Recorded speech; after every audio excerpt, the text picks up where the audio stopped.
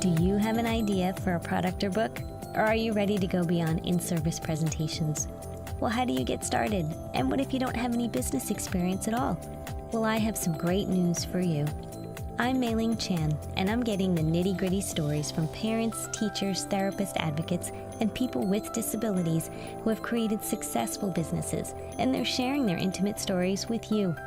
Listen to us on the Exceptional Leaders Podcast and fast-track creating and building and sharing your idea with the world so that you can help more people.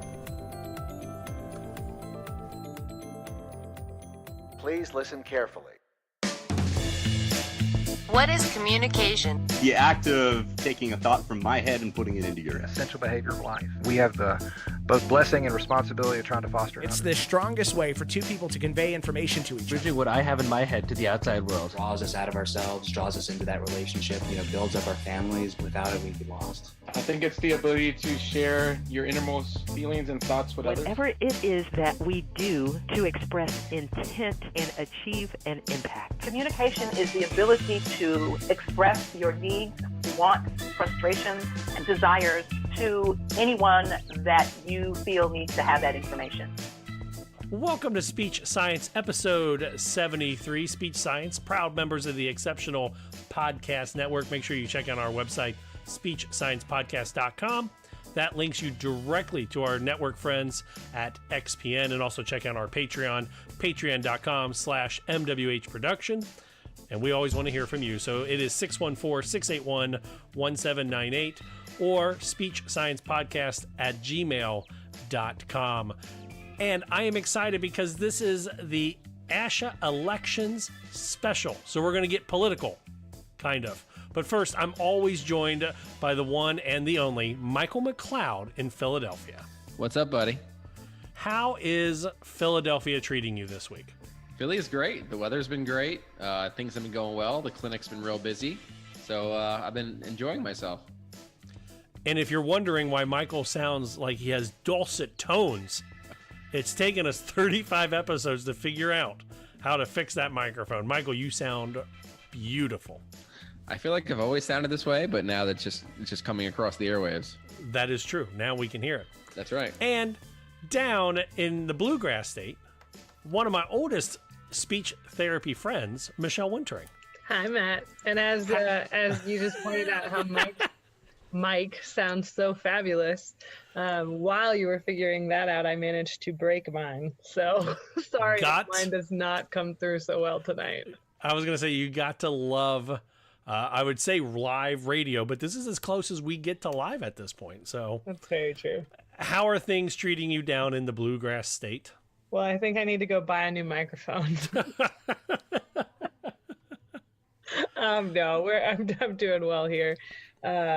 Still fighting some of that under the weather stuff on my end, so I'm sorry if I'm clearing my throat a bit, but we're doing well. Baby Speech Science had his 9-month appointment today, and he's going up in his percentiles, weight and height, which is awesome after having those concerns when he was little about weight gain. And awesome. Breakfast for dinner. Sunshine and the rain, but at least it's sunny. That is true. That is those bacon and eggs at dinner time making you stronger. You're right, Michael. Did I ever tell you guys about the concerns they had about my son because he had a ginormous head? So does my kid. What are the concerns? So we're sitting there, and mind you, I grew up with a hat size that never fit. Like, I think I wear almost an 8 right now, which is super hard to find in a fitted hat. So I'm used to. So do I. Yeah, right? Yeah. It's hard, right? Yeah, it's hard. So my son, my oldest, Michael, was born. His head was like in the 98th percentile. And he got sick. Like, he was about 14 months old, 15 months old, and he got sick. And his head was still in the 97th percentile. But if you've seen my kid, he's kind of a skinny little dude. So his body was like at 13%, but his head was at like 97%. And our physician's assistant said, I have some concerns. And we're like, well, what are your concerns about the head? And she's like, well, he might have cystic fibrosis. And we went, what? And she's like, well, he's got a big head and he's got a lot of mucus in his mouth and nose. And I'm like, Well, he didn't a week ago. He was sick, and that's why we're here to make sure that he doesn't need antibiotics. She's like, well, I think if you're good parents, you're going to go get the cystic fibrosis test. And I'm like, isn't CF hereditary? And she's like, yeah. And I was like, doesn't that mean someone in our family line needs to have CF for us to want to voluntarily do the test? And she's like, yeah, who in your family has CF? And we're like, nobody that we know in our family line has CF. And she's like, well, the warning signs are big heads and extra mucus production. And I'm like, well, I think there's quite a few more. So long story short, we left that pediatrician, got a new one, and my son doesn't have CF. He's just got a ginormous head, and he had a head cold when he was 1.5. It's funny you said that though, Matt, because James's head circumference is about that big for percentiles, and his body is still under 20%. I feel their pain, both of them. I know. But yeah, when she said, I think he's got CF, I'm like, that was not the diagnosis I was expecting when I came in and wanted to know if he's got the flu or something that needs an antibiotic. So question the doctors if you need to. All right, guys. I feel this is exciting. Next week, April 16th, is the start of the ASHA elections. And I thought tonight would be a wonderful night to do the ASHA elections special preview, where we kind of just quickly talk about the candidates, and then we're going to run the interviews that we have for the VP for planning. And it'll be a nice little tool for everyone out there to quickly identify who's running and maybe their positions or why they should or should not vote for them. Sounds good to me. So if you guys are okay with it, we will kick it off with the president-elect. The president-elect collaborates with the president to learn the role of the president, to become familiar with the programs of the association. The president serves as chair of the board of directors. The president ensures that the board of directors fulfills its responsibilities. And eventually they become the past president, which provides advice and leadership to the board of directors regarding past practices and other matters to assist the board in governing the association. It's a 3-year, 1 year each. It's a 3-year term, so 1 year each is the president-elect, president, and immediate past president. That's kind of the definition of the role, and I'll quickly say who's running, and then we'll kind of talk about them. There's Howard Goldstein, Triple CSLP. I'm going to say the name, and then hopefully I say it right. Riquelme? Maybe. Riquelme? We apologize, Riquelme. Dr. Riquelme, if we said your name wrong. And then Lynn Williams, Triple C SLP. Okay, so for the first one, we have Howard Goldstein. He is running for president-elect of the ASHA Board of Directors. Currently, he is an associate dean of research and professor of communication sciences and disorders in the College of Behavioral and Community Sciences at the University of South Florida. He's worked at several universities, and he's had some major contributions to the field. He was recognized when he became an ASHA Fellow all the way back in 1989. He earned honors in the association in 2016, served as a mentor, site visitor, trainer, chair. He served as the ASHA Vice President for Science and Research for a few years and served on the Board of Trustees as well. So he's a nationally known scholar for research in the field of child language intervention. His research and training initiatives have focused on improving the communication and social skills of children with autism and other developmental disabilities. And his recent work sought to enhance the language and literacy development of students in high poverty schools who are at risk for language and reading disabilities. So he definitely has some really good experience. And ASHA asked him, what is your top priority if elected to the ASHA Board of Directors? And he stated that we need innovative thinking to improve services and prepare professionals to navigate changing realities in our field. Communication is key to ASHA, spearheading initiatives to identify and publicize innovative new ideas, increasing our diversity and global impact, and fostering awareness and support of consumers and policymakers. All right.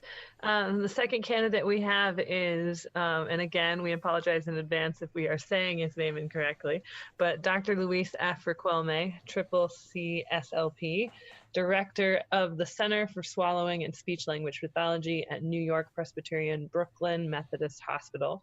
He's also an Associate Professor of Speech-Language Pathology at New York Medical College. A lot of his research involves swallowing disorders, but also multiculturalism, cultural competence, and sensitivity. He has presented all over the place, and most recently, especially since we talked on it on our last podcast, I believe, the IDDSI, which is being implemented, he was on the committee for that, the International Dysphagia Diet Standardization Initiative. And he's on the American Board of Swallowing and Swallowing Disorders. He's chaired the New York Board for Speech-Language Pathology. He was the past chair of ASHA's Multicultural Issues Board. And he also developed the first postgraduate advanced certificate program in pediatric dysphagia for practicing clinicians through New York Medical College. So lots of dysphagia research.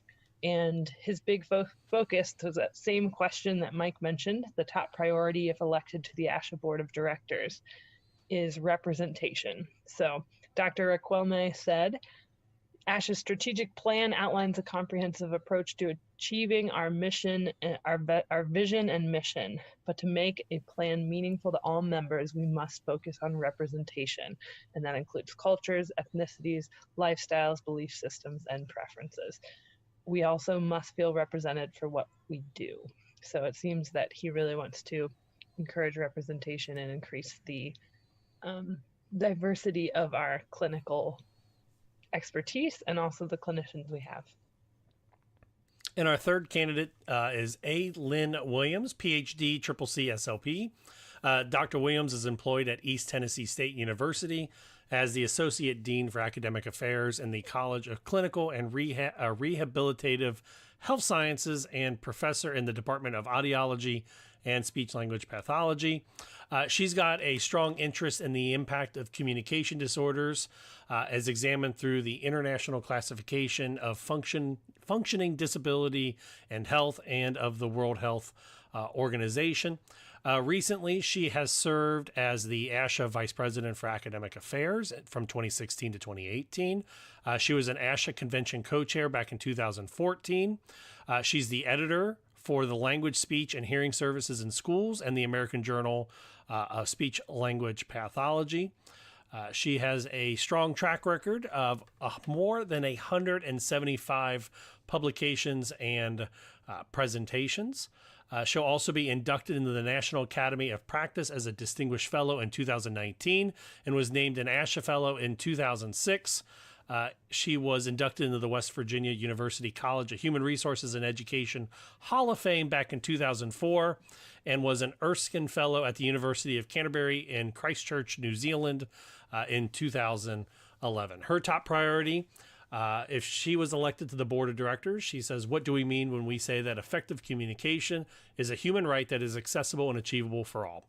First, our services must be widely accessible and fully integrated into healthcare and educational settings.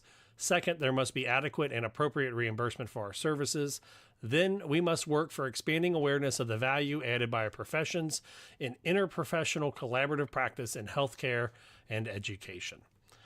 We will also have in the show notes below, if you're looking on the XPN network or on Facebook, we will have a link to each one of these bios that we read and go over tonight.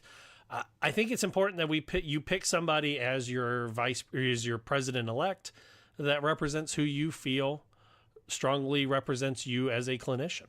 I'll be completely honest. I didn't know until well into my career that we as members of ASHA were able to vote on this.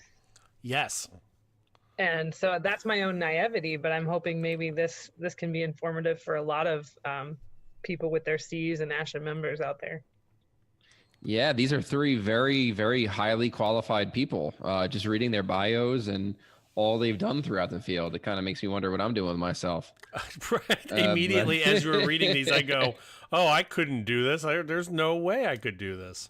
Yeah, I'm really impressed. I think it's great. And you know, part of being a male, just from learning, just from reading these three bios, part of being a male in this field, you know, you're always hearing like, oh, guy speech therapist. But you know, with the field being so predominantly female, I do kind of feel like, you know, just from reading these three bios, that I would say it is kind of important to have a female president who kind of represents the vast majority of the field. That's just my gut reaction. Yeah, as we're reading these, when you first talked about Dr. Goldstein, I was like, oh my gosh, I love what he serves for. And then when Michelle read about Dr. Riquelme and the impact he's had on swallowing, I kind of thought that way. And then when I was reading about Dr. Williams and what she means on communication, at least we got three strong candidates. At least we have three. And we have people who've served in ASHA positions before, so I know that they're well versed in what this position entails.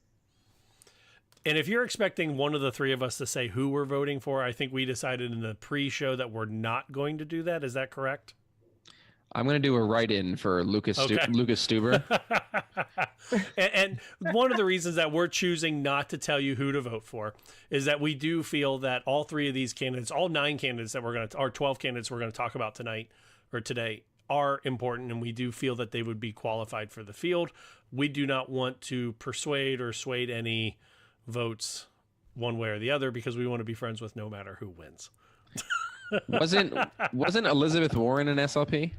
She was, and Yeah. I emailed her this week to see if she would be on the show, and they said that she wouldn't have time. And I said, well, if she has 5 minutes for a phone call, we would gladly take her. I didn't know that. That's too bad for her. Huh. She could have gotten our speech science votes if she would have been on air. She could have heard about breakfast for dinner and WrestleMania and come on. Breakfast for dinner is the best. Sure is. She must not do it. Our second position we're going to be talking about is the responsibilities. The Vice President for Academic Affairs in Audiology. It's a 3-year field where they identify issues and forecasting the needs and trends of audiology, incorporating and expanding knowledge and practices of audiology into undergraduate and graduate education. And they serve as the board liaison and consulting with the Council on Academic Accreditation in Audiology and Speech-Language Pathology, the CAA, regarding academic issues in audiology and the relationship to accreditation, implementing the procedures for the appointment of accreditation appeal panels, and review committees for complaints against the CAA. Our 3 candidates for that position is Radhika. Again, for any of these names, we do apologize for mispronouncing them. Radhika Aravamudhan, Triple C audiologist. Jeffrey DiGiovanni, Triple C audiology. And I can say that name because he went to OU and I've talked to him. And then Julie A. Honaker, Triple C audiologist. Okay, so for the first one here, we have Dr. Radhika Aravamudhan, who is currently an associate professor and serves as the dean for the Osborne College of Audiology at Salus University, which is not far from me. I've been at Salus quite a lot. It's not far from Philly. She joined Salus in 2005 after her position as a research assistant at Boys Town National Research Hospital in Nebraska. She spearheaded several interprofessional initiatives with various faculty at Salus. Her areas of research interest include understanding and evaluating the electrophysiologic correlates of speech encoding in the auditory system and the role of signal processing on speech perception and perceptual learning. And she has published papers and has written book chapters in this area of research. She was asked by ASHA what her top priority is, and her top priority will be to explore and implement mechanisms to address key issues in audiology education. And some of the significant challenges they face include variability in competencies across programs and clinical experiences, decreasing number of qualified applicants, and return on investment for students. Our second candidate for this position is Dr. Jeffrey J. DiGiovanni, PhD, CCC, Audiology. I actually know him as well as Matt does, since he was working for Ohio University when we both attended there. He is currently a professor and chair of the Department of Communication Sciences and Disorders in the College of Allied Health at the University of Cincinnati. Before that, he was at Ohio University, our alma mater, for 15 years in multiple positions. And as the CCO, his primary objectives include developing new models of clinical partnerships to secure clinical placements for the 14 clinical programs for audiology. His primary research area involves illuminating the research between attentional and working memory mechanisms and auditory performance. So there's a lot of overlap there with speech pathology as well. And they describe in his bio that he's been a friend of ASHA for a long time, presenting and being invited to the national conferences and speaking in multiple states. He has authored numerous articles in the ASHA journals and served as an associate editor for the American Journal of Audiology, Audiology Advisory Council for 2 terms, and a representative to the ASHA-sponsored AUD Summit in 2016. So his top priority, if elected to the ASHA Board of Directors, he stated, "I have lived and breathed graduate audiology programming." So the AUD was a critical transformation in the field. And 20 years later, we've experienced the success and challenges of the AUD program, especially with clinical training. So naturally, it's highly advantageous for academic programs to be ahead of the curve in preparing students for their careers. And his top priority is to reintegrate the discussion among all professional organizations representing audiology and how the, quote, generation 2.0 of the AUD should be composed and implemented. Our third candidate is Julie A. Honaker, PhD, CCC audiologist, is director of the Vestibular and Balance Disorders program at Cleveland Clinic. Her passion for vestibular sciences developed during her master's program in audiology and the PhD at the University of Cincinnati, followed by a postdoctoral fellowship at the Mayo Clinic in 2009. Before she was at the Cleveland Clinic, she was an associate professor at the University of Nebraska-Lincoln, where her teaching and research program focused on vestibular and balance sciences. Her signature contributions to the field are enhancing the clinical training and research preparedness of students in audiology. She has taught more than 100 AUD students in the classroom and the clinic.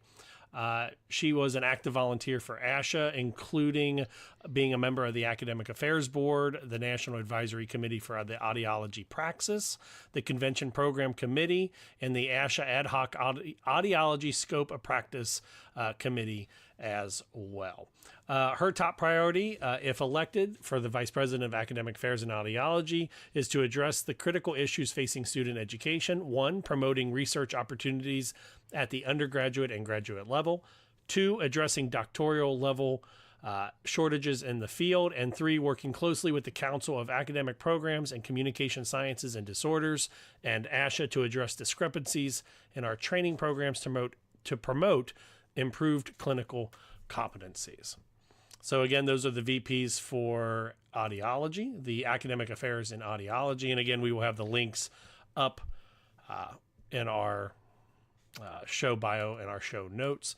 And of course, I would be remiss if I say that we don't want to hear from you, and maybe we want to hear your opinion on the election. So head over to our website, speechsciencepodcast.com, or give us a phone call or a text, 614-681-1798, or email speechsciencepodcast@gmail.com. And Michael, what's the hashtag on Twitter and Instagram?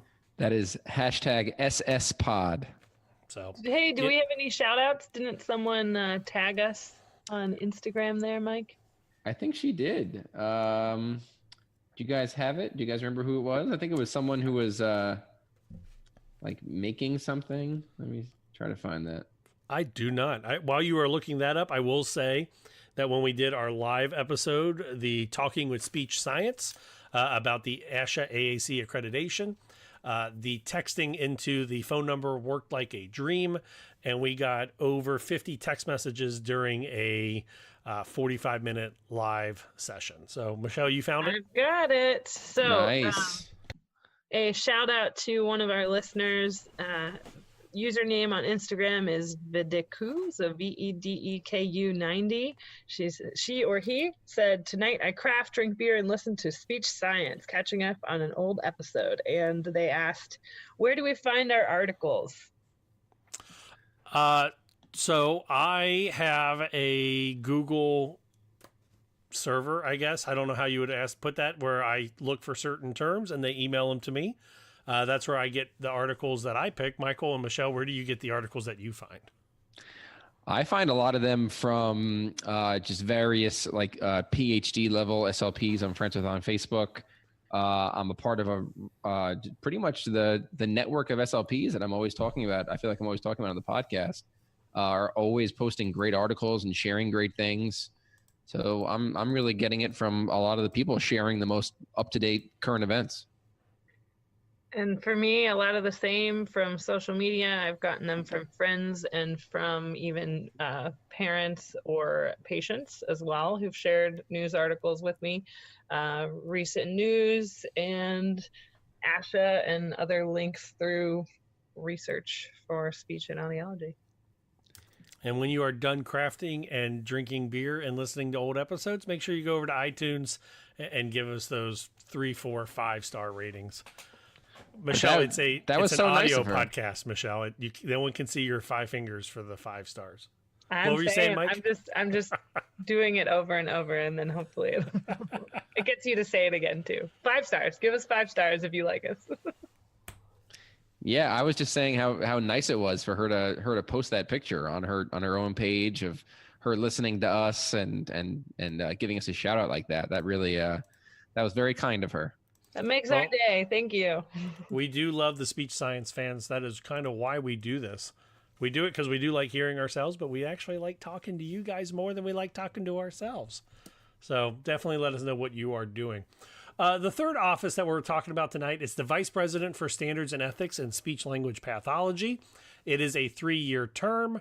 They will be responsible for identifying issues and forecasting the needs and trends in speech language pathology.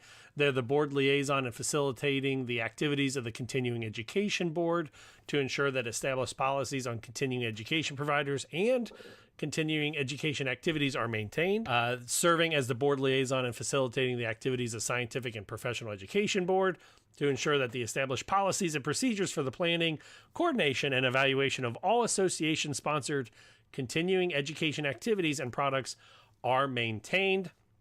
And what I think is the most important part, they serve as the ASHA board liaison and facilitating the activities of the Board of Ethics to formulate and amend as necessary the Code of Ethics containing the professional responsibilities by which members and certificate holders shall be bound and facilitating the enforcement and responsibilities of the Board of Ethics. Our 3 candidates is Sharon Moss, Triple CSLP, Wren S. Newman, Triple CSLP, and Sherry Sancibrian.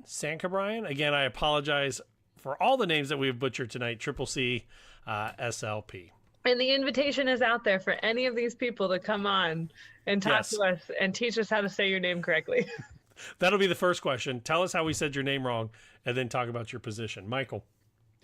Okay, so first up, the first candidate for Vice President of Standards and Ethics in Speech, we have Sharon Moss, CCC SLP, PhD. So she has had a rewarding, multifaceted career. High school biology teacher, clinical researcher, and service provider in academic, healthcare, and biomedical research settings. Research administrator and association executive. She received her PhD and master's degree in SLP from the University of Florida and a bachelor's degree from South Carolina State University. Dr. Moss currently serves as a chief research officer at the American Society of Association Executives, often referred to as the Association of Associations. She directs the association's research, publication, and knowledge dissemination efforts. As ASHA staff, Dr. Moss served as the association's research integrity officer. That sounds very important. And led research on ethics in education and publication practices. And she has volunteered for several different positions. And when asked, what is your top priority if elected to the ASHA Board of Directors? She said that it is to integrate foresight and translational research into the relevant landscape of issues within the purview of this board position. A critical step is considering the application of future-focused research to topics such as innovative service delivery models and content delivery channels, interprofessional collaboration, professional standards and ethics, and the future of academic training. Very impressive. She's come a long way. Mm-hmm. Not bad. Not a bad candidate. They're all really awesome candidates, right? I know, like you said, I'm reading these bios just going, wow, okay. We've got a lot to learn in our career field. There are times where I'm like, oh, I could run for position. Nope. Yeah. I could barely even make the podcast on time. All right. All right. Our second candidate for this position is Dr. Wren S. Newman, SLPD. So that's the Clinical Doctorate in Speech Language Pathology, CCC SLP. She is the chair of the Speech Language Pathology Department at Nova Southeastern University in Fort Lauderdale, Florida. She teaches seminar and professional issues at the master's level. Prior to that position, she was a clinician at Easter Seals in Florida and named director of the Speech Language Pathology Department. And during that time, she supervised clinical fellows and really developed her interest in the supervisory process. And she has extensive history in the service of ASHA.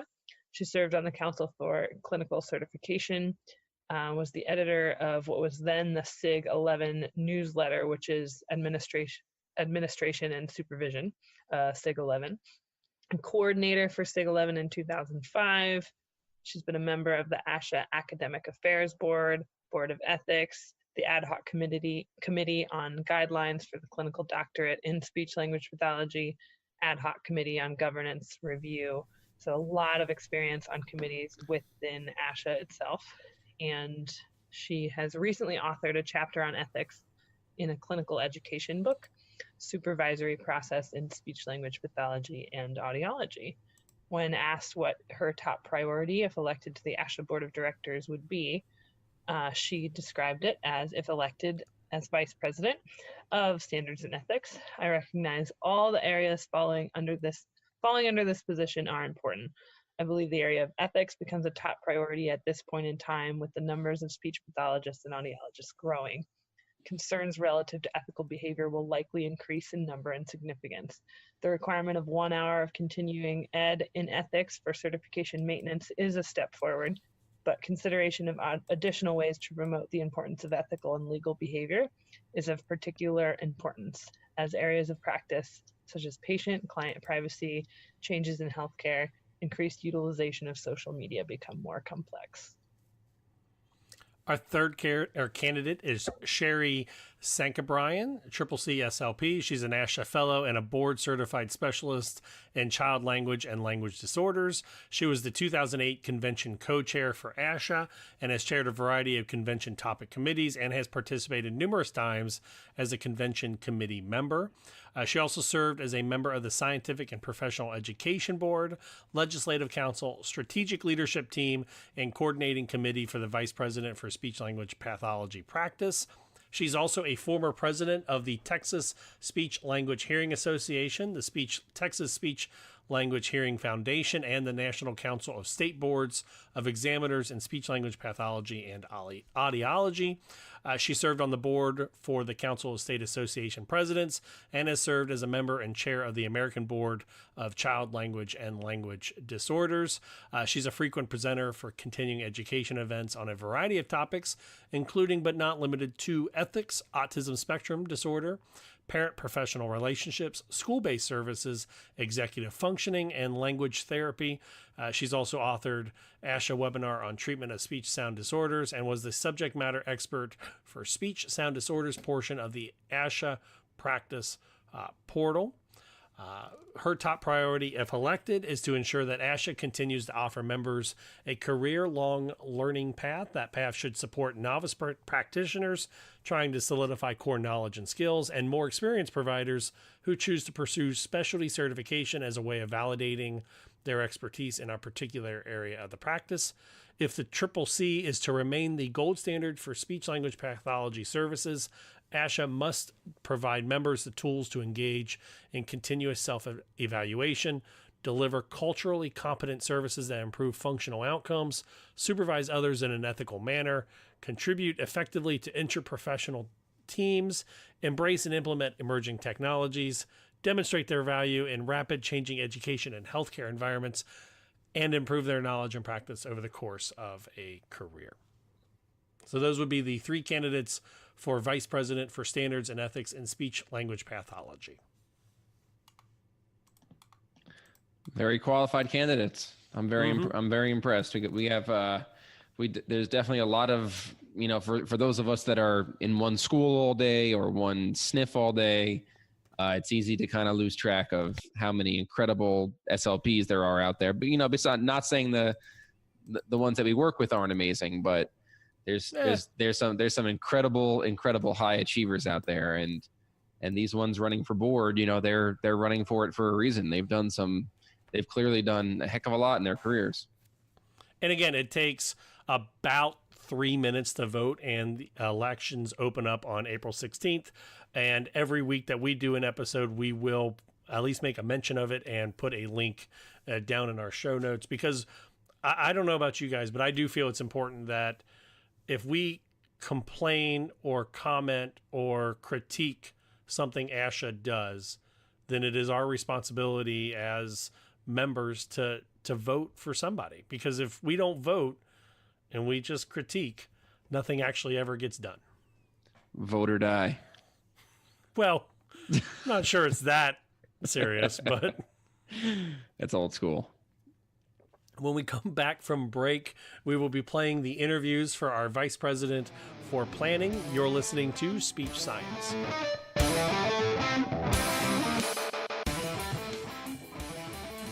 This podcast is brought to you by Pearson, the company behind the CELF, GFTA, and the brand new PPVT5 and EVT3. These new, easy-to-use vocabulary assessments are brief and reliable for 2 years, 6 months old to those 90 and beyond.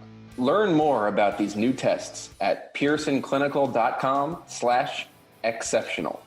That's pearsonclinical.com/XCEPTIONAL. Welcome back to Speech Science, episode 73, the ASHA Elections special. I'm the speech language pathologist who has a hard time communicating. I'm Matt Hott, joined as always by Michelle Wintering. Hi again, Matt. Hi, Michelle. And Michael McLeod. What's up, buddy? Those dulcet tones out of a fixed microphone sound wonderful, Mike. It sure does. I feel good. It does. I'm enjoying it. Michelle, you had good news for us during the break? Yeah, I was checking out our ratings and reviews on the podcast, Apple Podcasts, and just wanted to give a little shout out to Alyssa, who rated us last week with a 5-star review and commented that she loves the podcast and the host. Aw, we love you too. Thank you, Alyssa.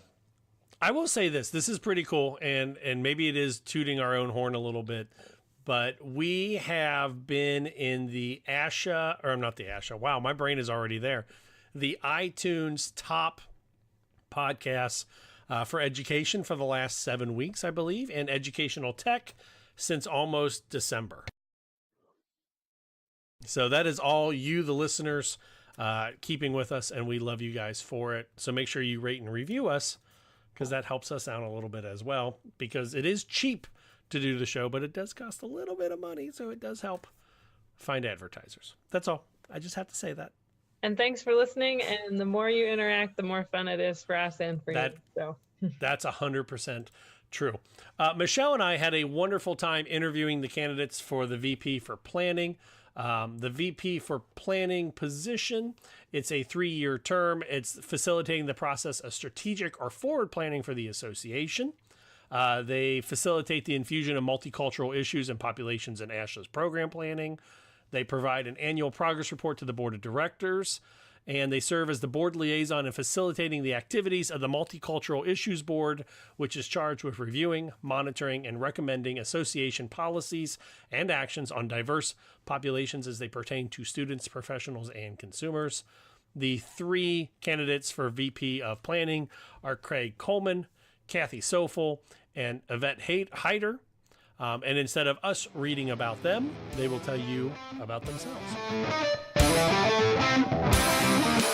Welcome back to Speech Science. I'm Matt Hott. I am excited to be joined today by Craig Coleman. He's an ASHA Fellow, Board Certified Specialist in Stuttering, and the Associate Professor at Marshall University. And coming back on the show the second time, this time running for another ASHA position, correct? Yeah, this time I'm running for Vice President of Planning. Why? Good question.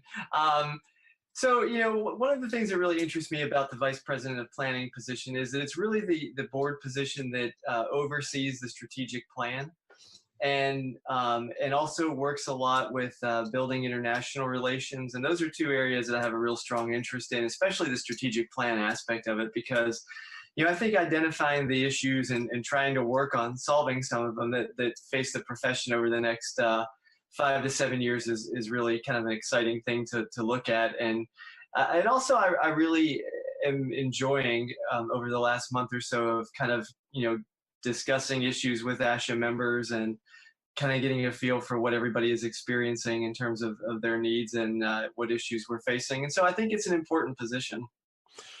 What do you see?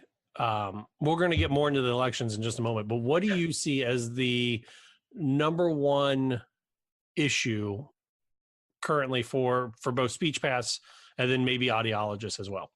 Yeah, it's a good question. I think that there's a lot of different issues you can point to, but to me, a lot of them come back to the same thing, which is a lot of people still just don't know what we do. And our scope of practice is so large, and I think that's a good thing sometimes. But the bad thing is that, number one, people can hop on board and encroach in different places around the edges, and we may not pick up on that as quickly because the scope of practice is so big. And I think that the other thing is that the public and the consumers have a very difficult time sometimes understanding exactly what it is we do. And that leads to difficulty with reimbursement. It leads to encroachment issues. It leads to, let's be honest, salaries maybe not being what they should be, and things like that. So I think there's a lot of issues we could talk about. I think a lot of them come back to that same thing, though, is that we are not very good at promoting ourselves. I read an interesting, I'm on a lot of Facebook pages for speech therapy, probably more than I should. I probably should get rid of a lot of them and just use Facebook to look at photos of my friends. But one of the posts I noticed, it said that with speech paths, we're in demand, yet our salaries don't match that demand.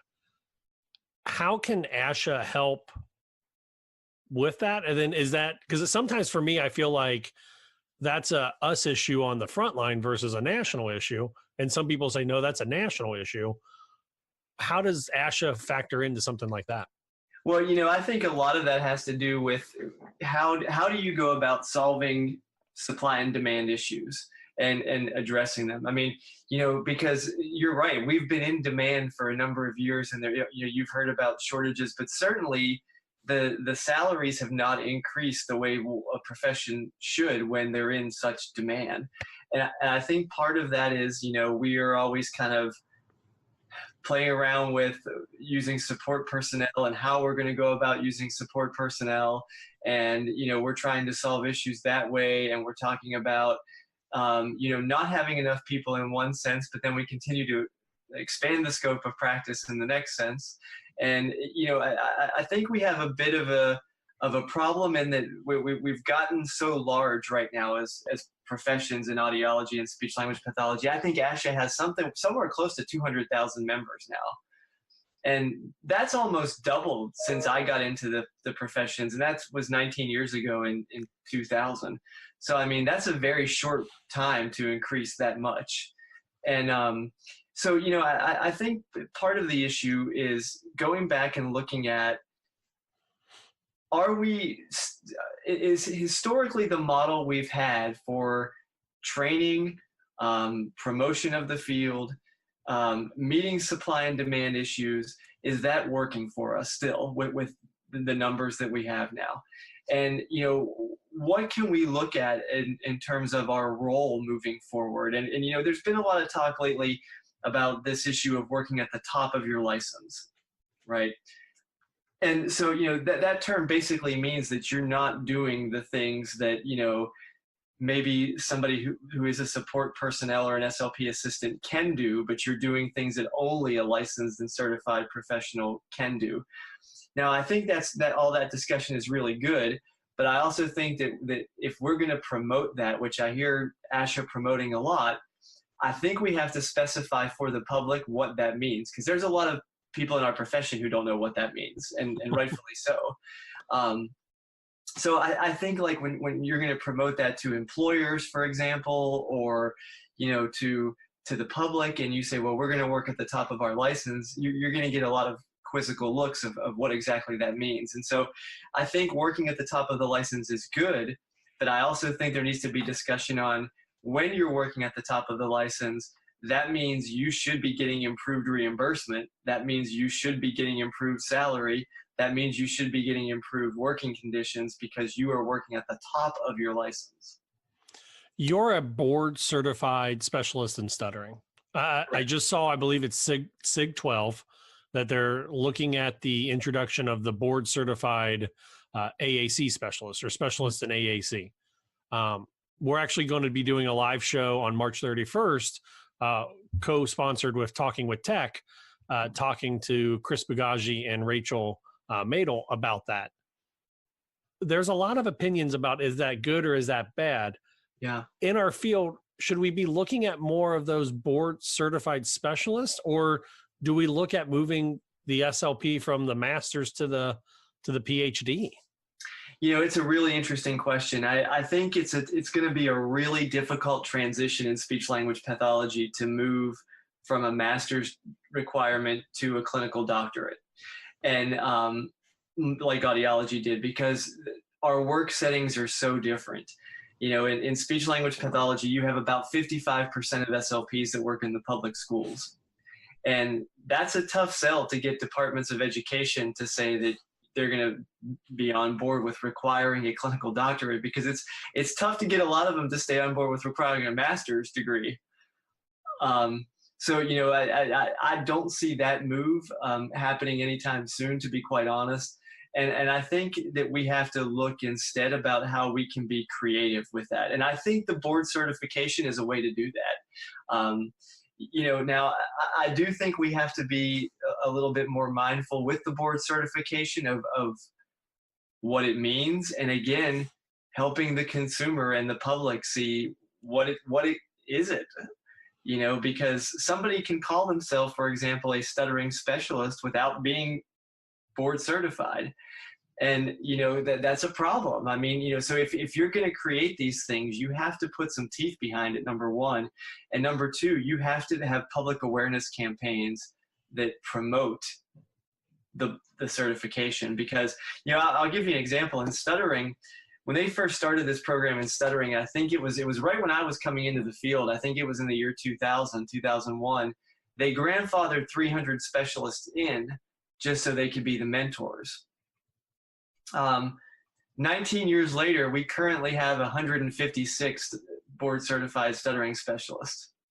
So the numbers have decreased significantly because the number of people going out has far exceeded the number of people coming in. Now, do you think, I'm not board certified in anything yet. I'm looking at a couple areas that I would like to pursue more just for personal growth.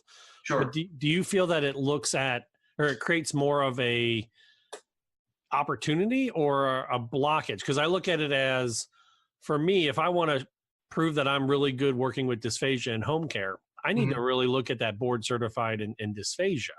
Right. But, you know, the part of me also feels like, is that a block that am I going to get held back from a job because I don't have that? Am I making myself clear, or am I? So are you asking, like, if you don't get it, will that prevent you from getting certain jobs? Yes. And is that what's going to happen with AAC? Have you seen that with stuttering or not? No, and I think the reason why, but I'm not sure that applies to every area, because you have so few people who are interested in stuttering, and I don't know why that is, because I feel like everybody should be interested in it. But there's not a ton of people of SLPs who are interested in specializing in stuttering, but I haven't seen it be a block. I'll tell you where I feel like it could be really helpful. Number one is if you go into private practice, obviously, because you can use it as a way to promote your practice. And people feel better about seeing someone who has a specialist certification than somebody who doesn't. So you get a lot of referrals that way. Number two, I do think if you ever see yourself wanting to teach at a university, that's another mechanism for you to be able to do it, because I think a lot of people might look at that, and if you're looking to teach a certain class, as a little bit higher even than a clinical doctorate that's more maybe a little bit more generalized than a board specialist area, where you can justify, hey, I should be teaching this class in this one area because I'm board certified in that area. That makes sense. So one of the issues with that I saw ASHA is working on, and it affects one of our co-hosts, Michelle Wintering. She's worked in Denver. I always goof it up. I think it was Texas. It might have been New Mexico or Arizona. She yells at me every time. Currently, she's in Kentucky. They're looking at that interstate licensure. What is the long-term plan for that? Is there something that will look at a 50-state licensure, or is it really going to be more of these small cluster of states near each other, or still in the air? I think it's still up in the air. I think ASHA's vision, from what I know, is trying to create a national license eventually. And I do think, honestly, that's the way to go, and really what we need to advocate for. Because number one, it would create a mechanism where the certification means a lot more than it does right now. You know, because let's be honest, certification is great, but licensure gives you a lot more power in terms of law. True. And, you know, I think part of the issue that we have a lot of times with a lot of these encroachment issues comes back to the fact that depending on how a state law is written or interpreted, or what the politics look like at the state level, that gets very heavily influenced in licensure law. And somebody shouldn't be able to do, you know, an ABA therapist shouldn't be able to do speech therapy in one state just because the law is weak in that state. That should be a national standard, that ABA therapists should not be able to do speech and language therapy. And, you know, I think that's another reason why we need it. And I think teletherapy is really a push for that too. You know, right now, if you're doing teletherapy, you have to be licensed in the state that you sit in and the state the patient sits in. And let's be honest, if we're saying that we want to improve our access to professionals and improve access to specialists in particular, that's still pretty restrictive. I mean, I live here in Cincinnati. I am 45 minutes from the Indiana border. I am 35 minutes from the Kentucky border. And I cannot look at jobs in either of those states because I mean, I could. I just have to go through the licensure process. But right. We were talking off air. I have a 5-year-old. I have a 2-year-old. I coach high school bowling. I do home care. I don't have time to go through the rigmarole of applying for another out-of-state licensure just to apply for a job. Well, you know, it's true. I mean, like, you know, Marshall University, we sit like pretty much 5 minutes from the Ohio border and 5 minutes from the Kentucky border in West Virginia. So, I mean, it's the same kind of situation. I mean, you know, you can go out and we can try to get contracts with some of these other places, but the licensure becomes a little bit restrictive to do that, number one. And I do some teletherapy, and I'll tell you, some of the hoops that you have to jump through for some of the states is ridiculous. I mean, I won't say which state it is, but I looked at it one state about 5 years ago because I had a kid who was interested in seeing me in teletherapy, and the parents contacted me, and I had to go through this online infection control training and HIV, all very difficult to spread over the internet, right? Right.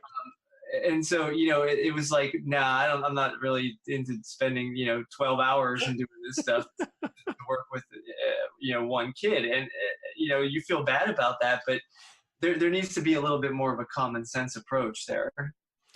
You had mentioned when we first started talking about perfecting or improving ASHA's image with the SLPs.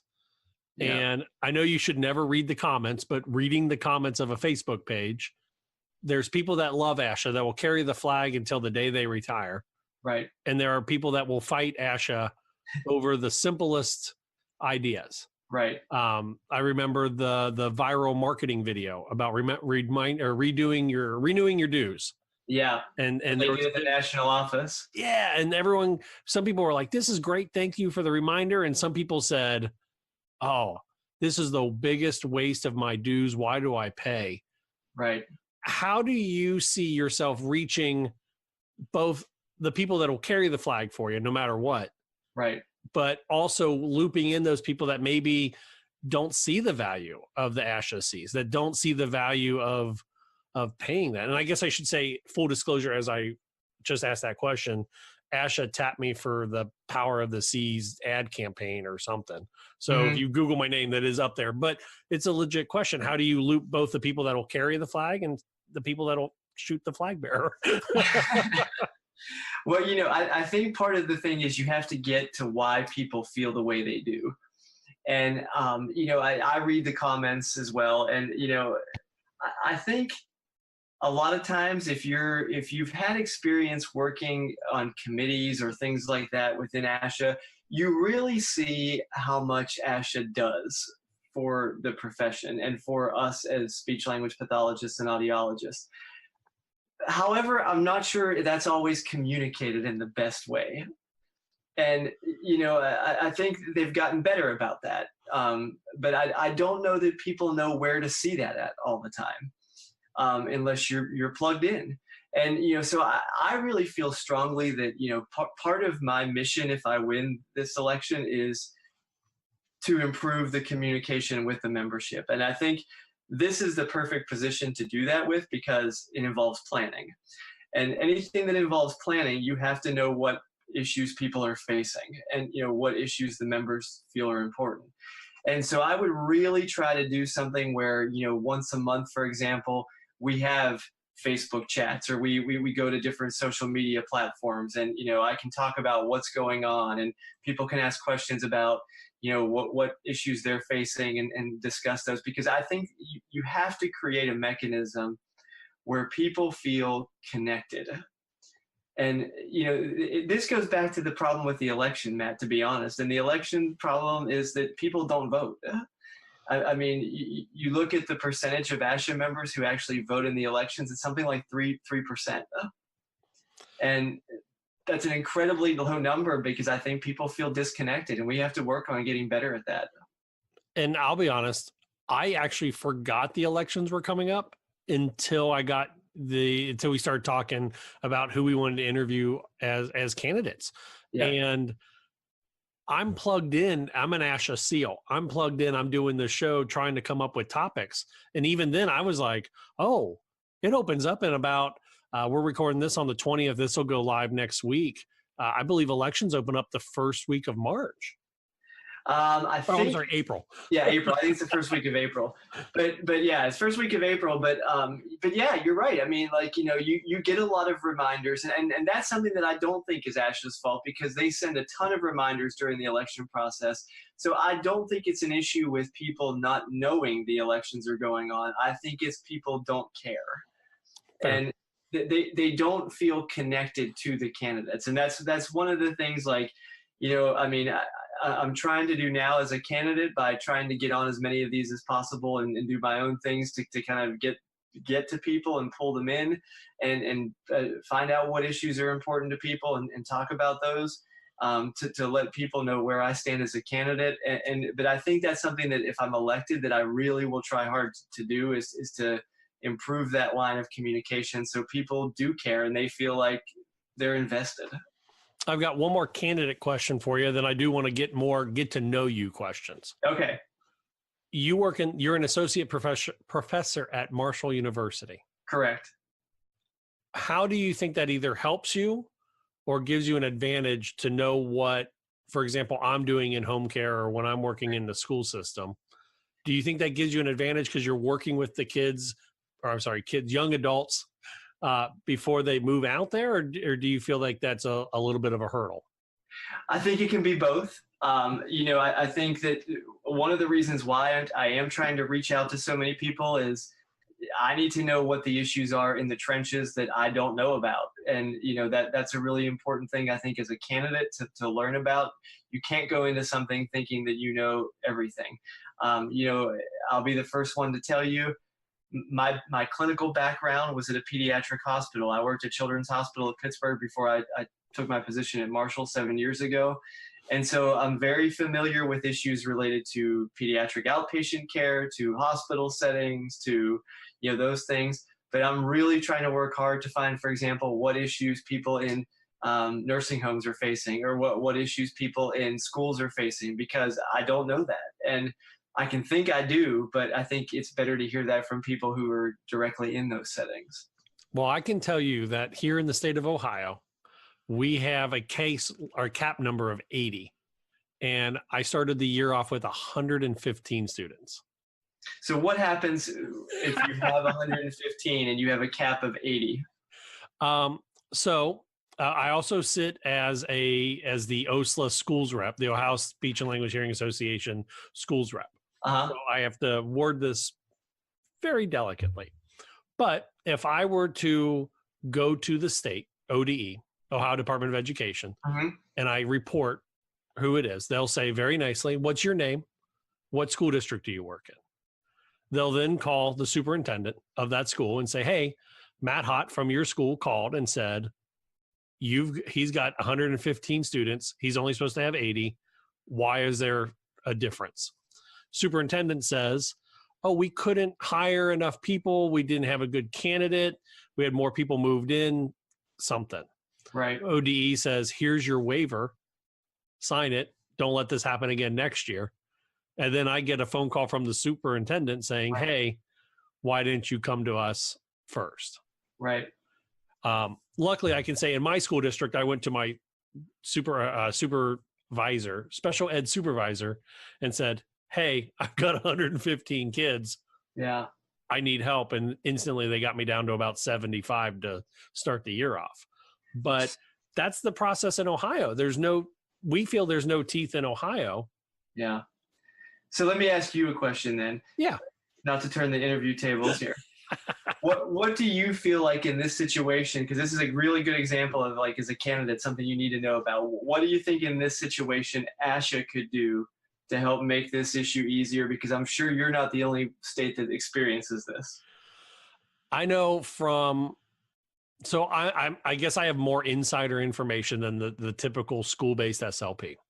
Because I know that we can call ASHA and they'll come with us to our GAC, our Government Action Committee activity, and come with us to the state.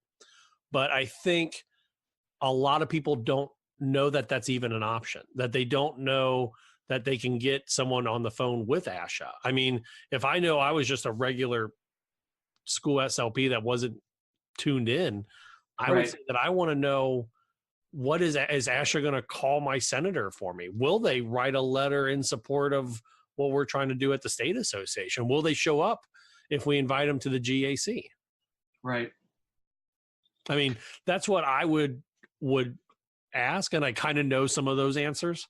But I think that's what the basic SLP would be asking. So that's a really good point. And I think that gets back to what we were talking about before, is that, I think a lot of people in that situation would say, what is ASHA doing to help us? And I'm not getting my money out of my dues. But it's not that they're not doing anything. It's that they're not good about telling you what they're doing or what services are available to you, because I think you're right. I think most people in the schools would not know that that's a possibility. Yeah. And that's why I felt bad answering that. I'm like, oh, I kind of know the answer. Well, no, I think that's good, because I think it shows that, like, one of the things that if we're talking about planning, right, one of the things that we have to do better of is we have to do a better job of providing resources to people to let them know what it is we can help them with, and getting that out there consistently in formats that people see. And let's be honest right now. I mean, we're in an age right now where more people probably read posts on social media than they do the ASHA Leader. Agreed. And so, that's the mechanism that we have to communicate with people on, if that's the way people are understanding things. I mean, if you look at how to get that message across, it's to get people where they're reading things at. I was going to say, I get the ASHA Leader every time it comes to my house. I look at it, quickly flip through to see if there's an article that's of any interest.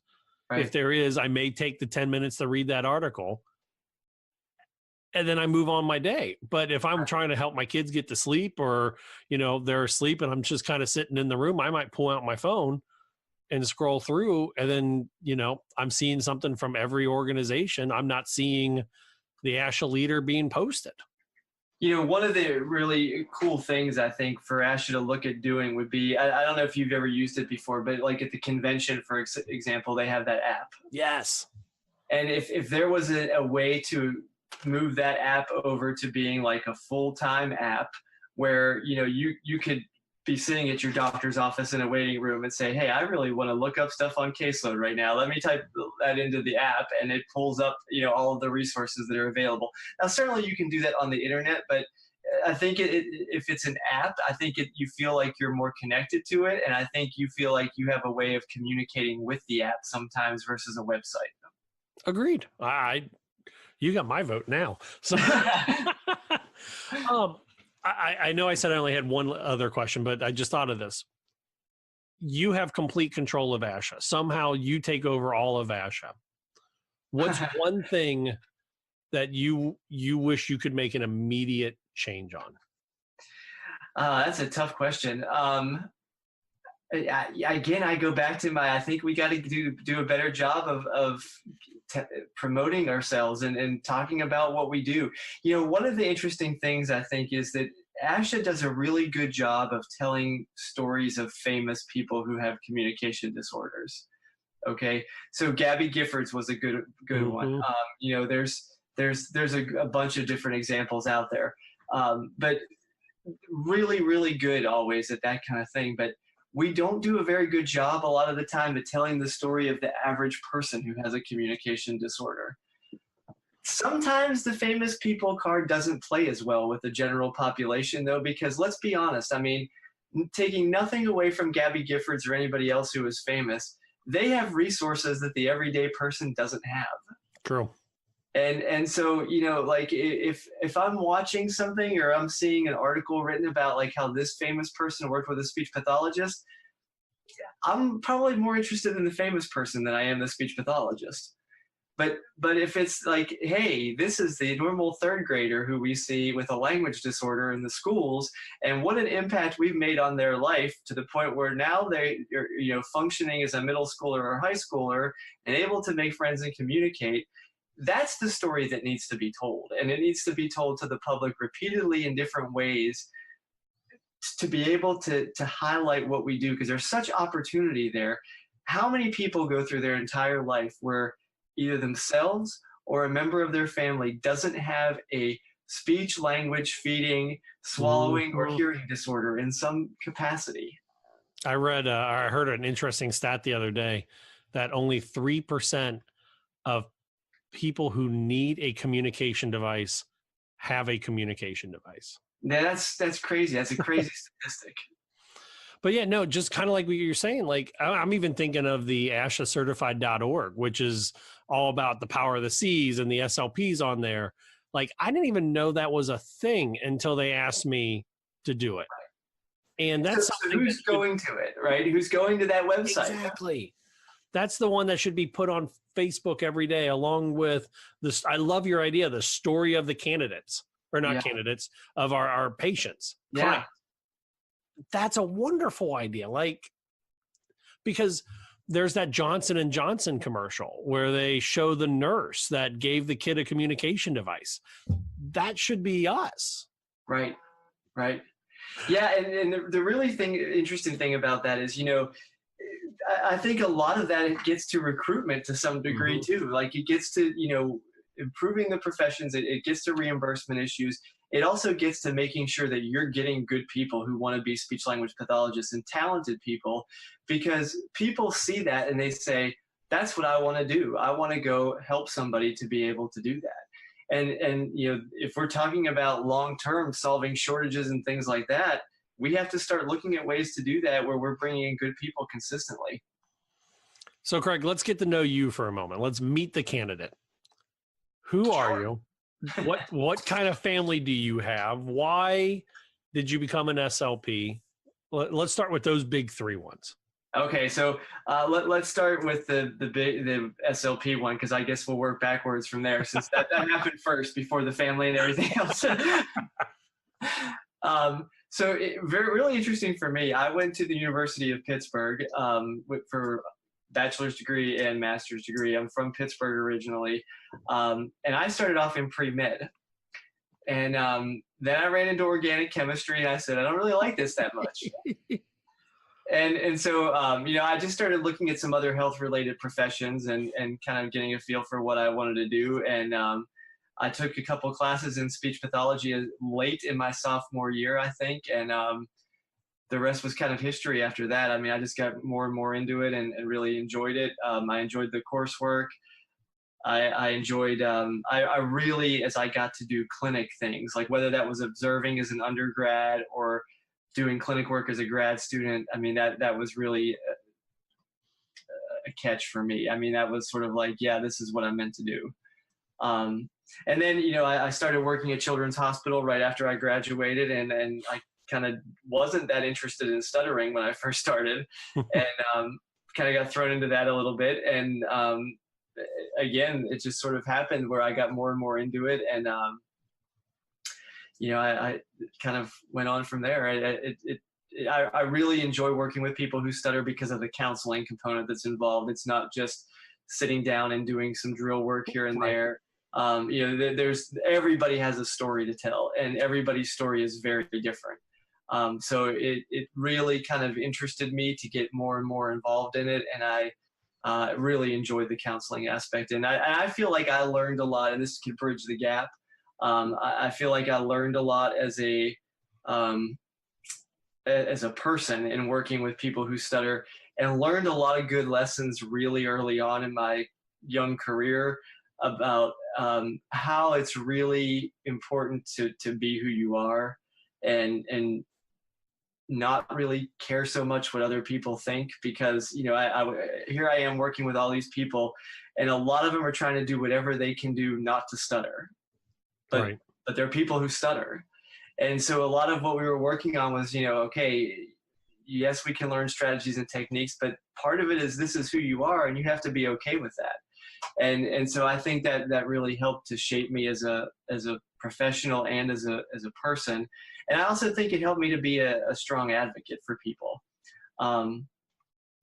So, I kind of professionally got going for a few years, and then I had an opportunity to run for ASHA Legislative Council back when there was such a thing as ASHA Legislative Council. So I was, I don't know, only 4 years out of school, I think, when I did that. And I looked at the list of candidates that year, and I said, there's no way I'm going to win this election in Pennsylvania. And then I ended up winning. And I think largely that was because I personally sent an email to every person in Pennsylvania who was an ASHA member and explained why I wanted to run and, what I hope to do in the position and bring better communication to the members of Pennsylvania on what ASHA was doing. So I won, and I made it a point to do that. And then right around that time, I also had an opportunity right at the end of that term. I guess this would have been 2006, 2007. The Legislative Council was kind of sunsetting because there was a change in the way the system was being set up to move toward the advisory councils at that point, and to sunset the Legislative Council. And so, for me, it was sort of like, do you want to run for this again? And I had really become in that 3 years connected with people in Pennsylvania, because I really had made it sort of my mission to communicate with them. And so somebody approached me and said, look, a lot of stuff is happening at the state level in Pennsylvania. And it was actually Shari Robertson, who is currently the ASHA president right now. She had been the president of the Pennsylvania Speech Language Hearing Association at the time. And she's, a lot of important stuff is happening in Pennsylvania right now. And we're going through this process where we're going to begin to redo the licensure law. And, we really feel like it would be a good idea for you to run for president. And I said, I think I've done what I set out to do in the 3 years that I wanted to be on the Legislative Council. My term was ending, and so I agreed to do that. And then a week later, I found out that my oldest son was going to be born. And I thought, what have I gotten myself into here? But the timing worked out really well. So that kind of plays into the personal aspect. I have a 12-year-old and a one who will be 10 in May. So I went through my term as president the first time. We in Pennsylvania, we accomplished a lot in moving the bill forward to do the licensure rewrite, but we weren't quite there yet.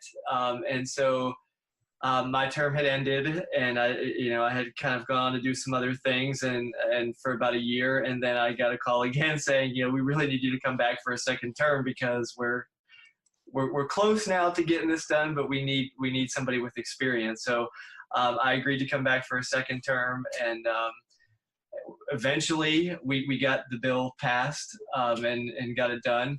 And then right as I was kind of in the middle of my second term, I had the opportunity to go to Marshall. So I actually finished my second term as president of Pennsylvania while I was working at Marshall in West Virginia. Really? Yep. So I went back and forth a lot in that year and a half period of still being on the PA board and doing that. And but it worked out really well. And I think I've tried, as I've gone through this process, I've really even tried to with my sons who are old enough now to kind of recognize what's going on, to kind of involve them in this process a little bit to some degree, and say, hey, I'm running for this position now. This is what I'm going to do. And, they kind of think I'm running for vice president of the country, so they kind of think it's a big deal. But for example, our teachers were on strike in West Virginia last year, and then this just happened again with another issue over the last week here. And so I told them yesterday when they were off school for the first day, I said, okay, you guys are going to be off school. I said, but you're going to write an essay on why education is important and why it's important to support the teachers. So they've kind of gone through this process with me a little bit, and I think we'll do that over the next couple months, and have learned a little bit about the political system and things like that. In my free time, I coach a lot of sports with them, mainly baseball. I was gonna say, I was just creeping on your Facebook page and saw there was a league championship or something. Yeah, but, I've been really lucky with them. Between both of them, they've actually won 4 district championships. Wow. that I've coached them with. My older son's won 2, and my younger son's won 2. And last year, they both made it to within 1 game of winning a state title. Oh my gosh! So they'll have, I think, some excitement this year to look forward to, and it'll be a fun experience again. I give you credit. I had to coach my son's T-ball team this year, and I coach high school bowling. So yeah. I like bowling. I like coaching, but I coach high school bowling, and I had to coach T-ball this year. And I was just like, oh no, what did I get myself into? T-ball is kind of a different animal than anything else, because I went through T-ball with both of my sons, and you just hope somebody doesn't get hurt. Yeah. I remember with my second son, because I had gone through it with my older one, and my second son was playing his first practice of doing T-ball, and I had a guy helping me who I didn't think had much experience at the time, and he said something like, "Hey, should we teach him how to turn a double play?" And I said, "You know what?" I said, "If they don't pick the weeds, I'll be happy." Right. Stop eating the dirt. Yeah, if you eat the dirt, end up in the hospital, we're good. Forget the double play. So I also see that you're a Steelers fan. Yeah, although that pains me a little bit right now. I was going to say, if you are in charge of ASHA and the Steelers, what do you do with Antonio Brown? I trade him for a first-round pick if I can. Now, do you find being a professor down at Marshall, I've never been to Marshall. I went to school in Appalachia, Ohio, Muskingum. Yeah. I went to Ohio University. I grew up in Cincinnati. Okay. There is a difference between being considered city versus being rural. Right.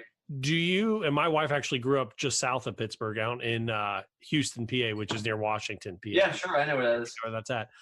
Do you see, is it difficult coming from like the city to connect with students in the rural area? Or is it, now that everyone's on Facebook, does it even matter? That's a good question. I think that there's some unique challenges about it, and you have to be. I think the challenges are not so much challenges, but there's more things that you have to be aware of. And I think a lot of that has to do with just personal experiences at times. Sometimes for me, I have to remember. See, I went to my experience in high school. It was I went to a very large school in Pittsburgh that was very diverse, because we had about 9 school districts that merged into one when I was in middle school. Oh, wow. So, you had, the spectrum in every socioeconomic way. So it was a very diverse experience. And sometimes for me, I have to just check myself to remind myself that sometimes people coming from certain areas don't have that experience to pull back on. And that's something that we have to work on, at the college level, is ensuring they get that, because they're going to go work with people who have diversity. Well, Craig, we have kept you for almost 40 minutes. This is an awesome interview, but I do want to wrap it up, unfortunately. Sure, yeah. What did we not touch on that you want to get out there to everyone that's on the fence, either about voting or who to vote for? Number one, let me just say, in the ASHA elections. Yeah. I guess I have to keep it to that perspective, right? Number one, I'll just say, obviously I would love if everybody voted for me, but whether or not you vote for me or not, I would just encourage everybody to take the time to get to know the candidates and to vote. Because there are similarities, I think, between people, but I also think there are some differences in how everybody would go about doing things. And I think, that's important to know going into casting a vote, to say who you want representing you. I don't think there are bad choices with the slate of candidates that we have.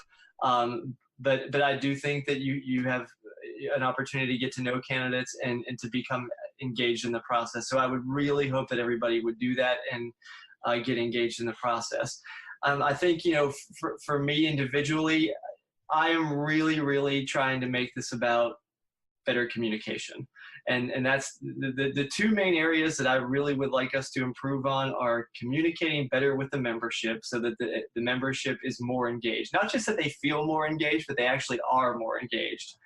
And I think the other thing is making sure that we're doing things to get our brand out there, so people recognize the great work that is going on every day, not just by the people who have certain degrees or teach at universities or, can become specialists, but people who are doing clinical practice everywhere every day, because, that's the stories that we need to be telling.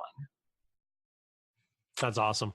Craig, thank you so much for joining us here on Speech Science. Hey, Matt, thanks for having me. I appreciate it. Hey, everybody, this is Michelle. I have the opportunity to sit down with Yvette Hyter, Dr. Yvette Hyter. She is an ASHA Fellow and a Professor of Speech, Language, and Hearing Sciences at Western Michigan University in Kalamazoo, Michigan. Her research and teaching focuses on the influences of culture on communication development and disorders, with emphasis in the areas of pragmatic language and social communication with speakers of African American English, and with children with histories of maltreatment and prenatal alcohol exposure, as well as culturally responsive and globally sustainable practices. She's also recently published and co-authored a book on culturally responsive practices and writes about competencies needed for global engagement.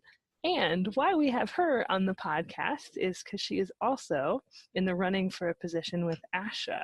So hello, Yvette. Hi. Welcome to Speech Science. Thank you. Thrilled to have you, and thank you for making the time to come join me tonight.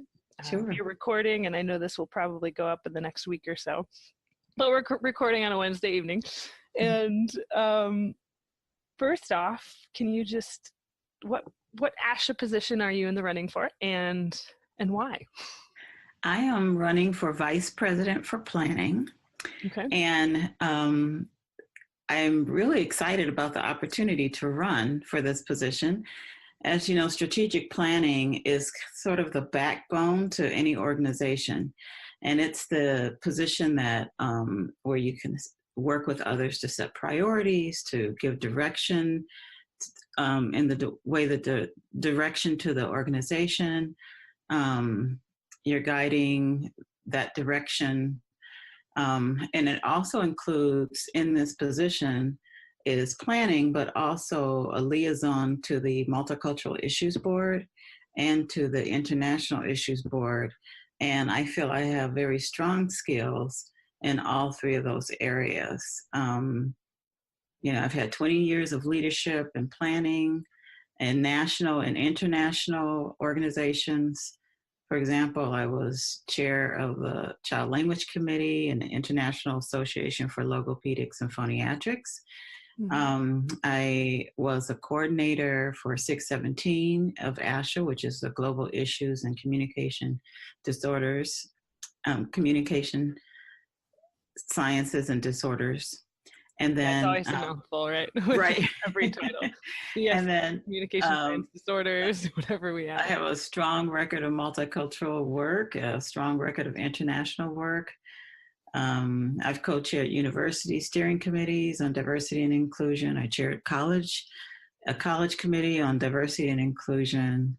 You mentioned the book, and I co-teach a study abroad in Senegal. So I have a lot of strengths to bring to this position, and I think it fits me well, and I'm really excited to have an opportunity to help set standards and promote evidence-based and interprofessional, culturally responsive, and globally sustainable practice in our field. What would you say, I know you kind of touched on what you hope to accomplish, but what would you say is the number one issue right now for speech pathologists and also audiologists? Yeah, I actually think there's kind of three, but my top, if I had to hone it into one, mm-hmm. It just seems like we need to, ASHA has done a lot to prepare the membership for providing services across cultures. And, you know, we've done a lot, but I think it's so imperative now that we are able to engage in effective practice with this ever-changing society that we're living in. So we're increasingly interconnected. The world is more complex, and there are lots of ASHA members and students who are becoming speech language pathologists and audiologists and speech scientists and language scientists who want to go abroad and provide services. There are ASHA members who's already living abroad. And there's increasingly movement of people from outside of the U.S. into the U.S. and vice versa. And wherever we find ourselves as practitioners, we need to be prepared to provide effective and sustainable services. And I think for me, it just seems like that's one of the biggest issues mm-hmm. that we're facing, is being prepared for that. I guess, how do we measure, how do we make sure that it is effective and is sustainable? Yeah, well, I think we're beginning to have these conversations about competencies in the membership, mm-hmm. right? And we all are very there's already ethics, a body of ethics that guide our practice. There are language learning theories or theories that guide the practice as a speech language pathologist. But we're just beginning to start having this conversation and start writing and researching and publishing about the types of, you need a little different information. You can't just focus on content. You also have to focus on how you develop relationships. How do you develop partnerships when you are working in, cross-culturally and also outside of the country in which you are most familiar. So we're beginning to see some of these ideas trickle into the literature, which I think we just need to do more of that. It needs to be in classrooms. I also think, and this may not be the most popular position, but I think it needs to be in our standards of practice, and it's not. Cultural competence is, and I'm putting competence in air quotes because I prefer cultural responsive practice, that term, but that is in our standards of practice. But how to engage internationally or in a global context in a way that you're developing a partnership and you're being reciprocal, that is not in our standards of practice yet. Now, that almost made me think, because I know one topic that's come up with ASHA recently, and we've brought it up on the podcast a little bit about me. I have licenses, or I've held licenses in 4 different states now because we're a military family. And I know there's the discussion of that compact that ASHA is working towards to hopefully, like other professions like nursing and I'm not sure what else, who have some cross-state lines licensures.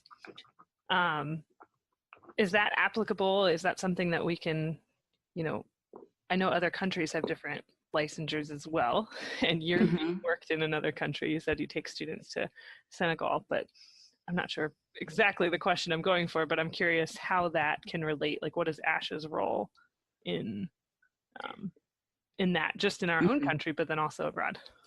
Well, I think that currently what ASHA is involved in, I hope I have the name of this, we can look it up later and add it to the show notes too. With different countries. And so ASHA has been invited to different countries and different regions of the world to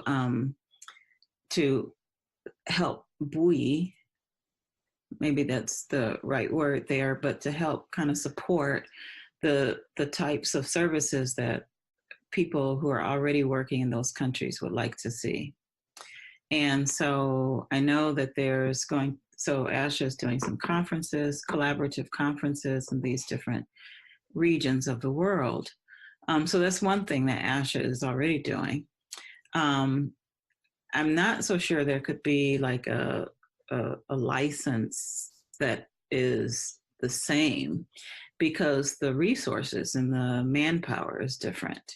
Let's take, for example, if you're working in Senegal, my understanding from interviewing a couple of speech language pathologists there, that there are about 5 speech language pathologists in the city, in Senegal, but concentrated in the primary city, which is Dakar.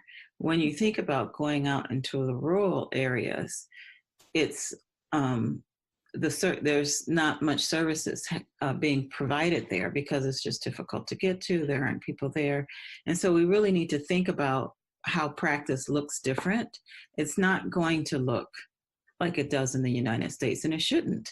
The license isn't going to be, there may not even be licensure.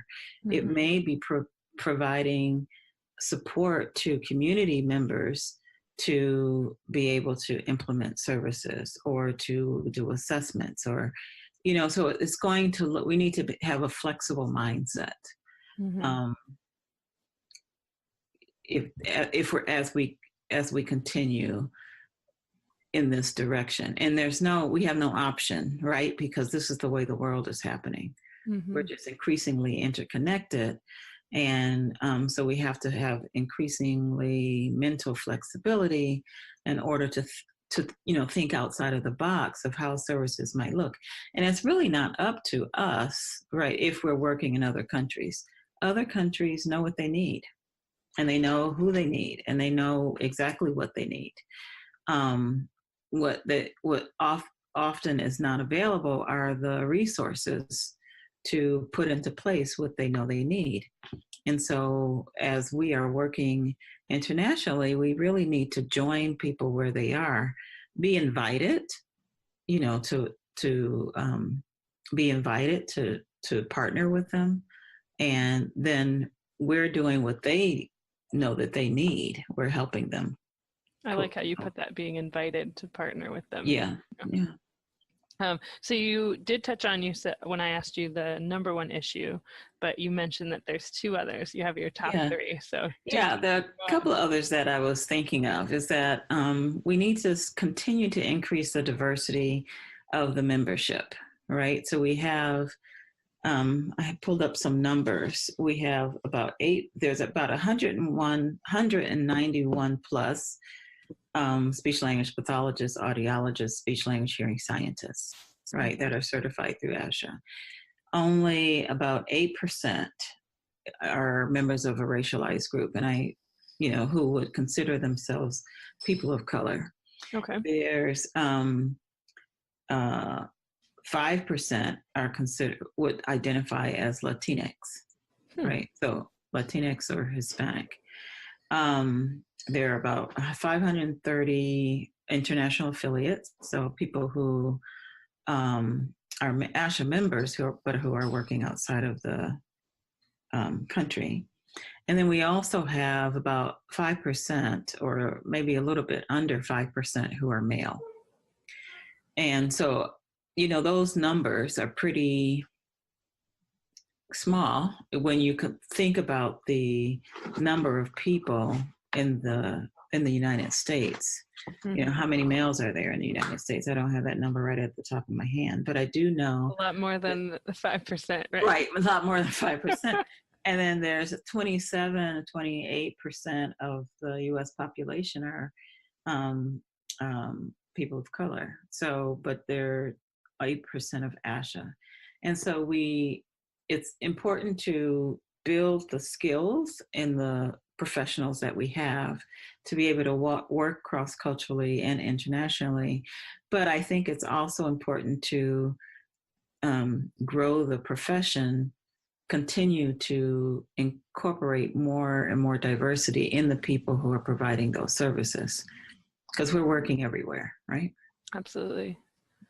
Yeah, and you made me think of the last 2 years before my family, we recently moved to Kentucky, but I was in El Paso, Texas, right on the border of Mexico.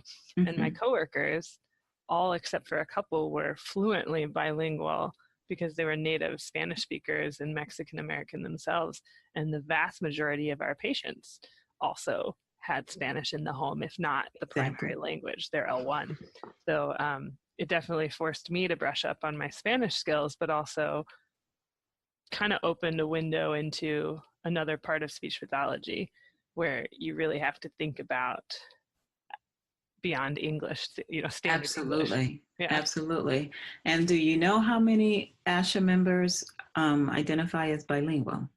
I don't. How many? 6%. 6%. Wow. 6%. Yeah. Those are 2018 figures. Wow. Yeah. I know. And I'm thinking that the clinic I worked at, all of them were. Right. Right. So it's very regional, I'm sure. Oh, absolutely. Yeah. Although I do have hope, because more and more, I teach at Western, so in Kalamazoo. And so you have different cohorts of students coming through, and more students are bilingual or have some facility in another language. Okay. Every year there's more and more. Yeah. Which is promising, I think. Definitely. Yeah. And my second language is American Sign Language from working with deaf, hard of hearing, which is its own culture and communication. Right. But that's definitely our country's only getting more diverse and more cross-cultural generations. So Right. Yeah. Well, I am working on fluency in Spanish, and French I use when I'm traveling in West Africa. Okay. And so it's really, excuse me, it's really challenging to get up to be in a place where you feel like you're fluent, particularly when I'm in English so often. You know, at home I speak Spanish with my husband, but most of the day I'm talking and thinking and reading in English. So it's just, I know it's a challenge. That the reading part was a challenge too when I worked with students whose first language was ASL, because there's no written form to ASL. So they have to really become bilingual themselves, because to read and write, they have to write in English. Right. So always a challenge. So I am fascinated by your research just based on the bio, and I started clicking through some different things. Is there anything else topics-wise for the ASHA position that you wanted to touch on before I before you go into that, the other thing, I think, just one other critical issue, I think that we should be, there's kind of two, but so one, just quickly. I want to hear both. So okay. So one is thinking about interprofessional education and interprofessional practice. That's a big thing that we've been talking about in the American Speech Language Hearing Association. It's a medical model, but we have adapted that language, and we've always been, maybe not always, but for a very long time, focused on collaboration across disciplines. And but one of the things when you are preparing pre-service speech language pathologists and audiologists, the curricula that we have and the structure of the institutions make it very difficult for IPE and IPP activities to occur. And, I think it would take a complete revamping of the way we think about offering education to, to model an ideal educational experience, for individuals who are learning to work across disciplines. And that, that takes a long time, and it will be very difficult to do. But I see that as there's this interest and this push for us to be more engaged in interprofessional education, interprofessional practice, but we are existing in institutions and structures that make that really difficult. And in some places, even in my department, it still happens, but it happens at the stress of trying to put that on top of, or within a structure it doesn't work well within. And then the fourth thing I think is important is thinking about how we continue to reach populations that have minimal means for paying for services. And of course, if you are a child and you're in the school system in the United States, there's the Individuals with Disabilities Education Improvement Act, which requires you to have services and free appropriate public education. But if you're outside of that age range, if you're not in school, is there a pro bono mechanism that we can offer individuals who don't have the means to, or the insurance to pay for services, which increases accessibility, I think. And so I think very often, myself included, that ASHA members, we miss that elections are even going on, and that we can, take a role in what ASHA is doing and have a voice somehow. Right. And that might be through the candidate that, we're supporting. But I guess what would you want to tell members about this election and about what ASHA is doing or could be doing? Well, I think you know, there's a very small number, and I don't have that number right at my fingertips, of people who actually vote.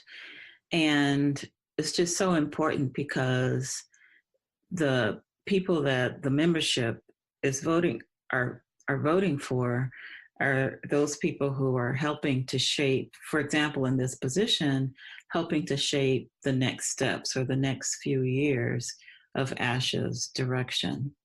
And it's just really important for your voice to be heard through the candidates that you select. And I think, you know, of the all three of us are very well equipped for that position.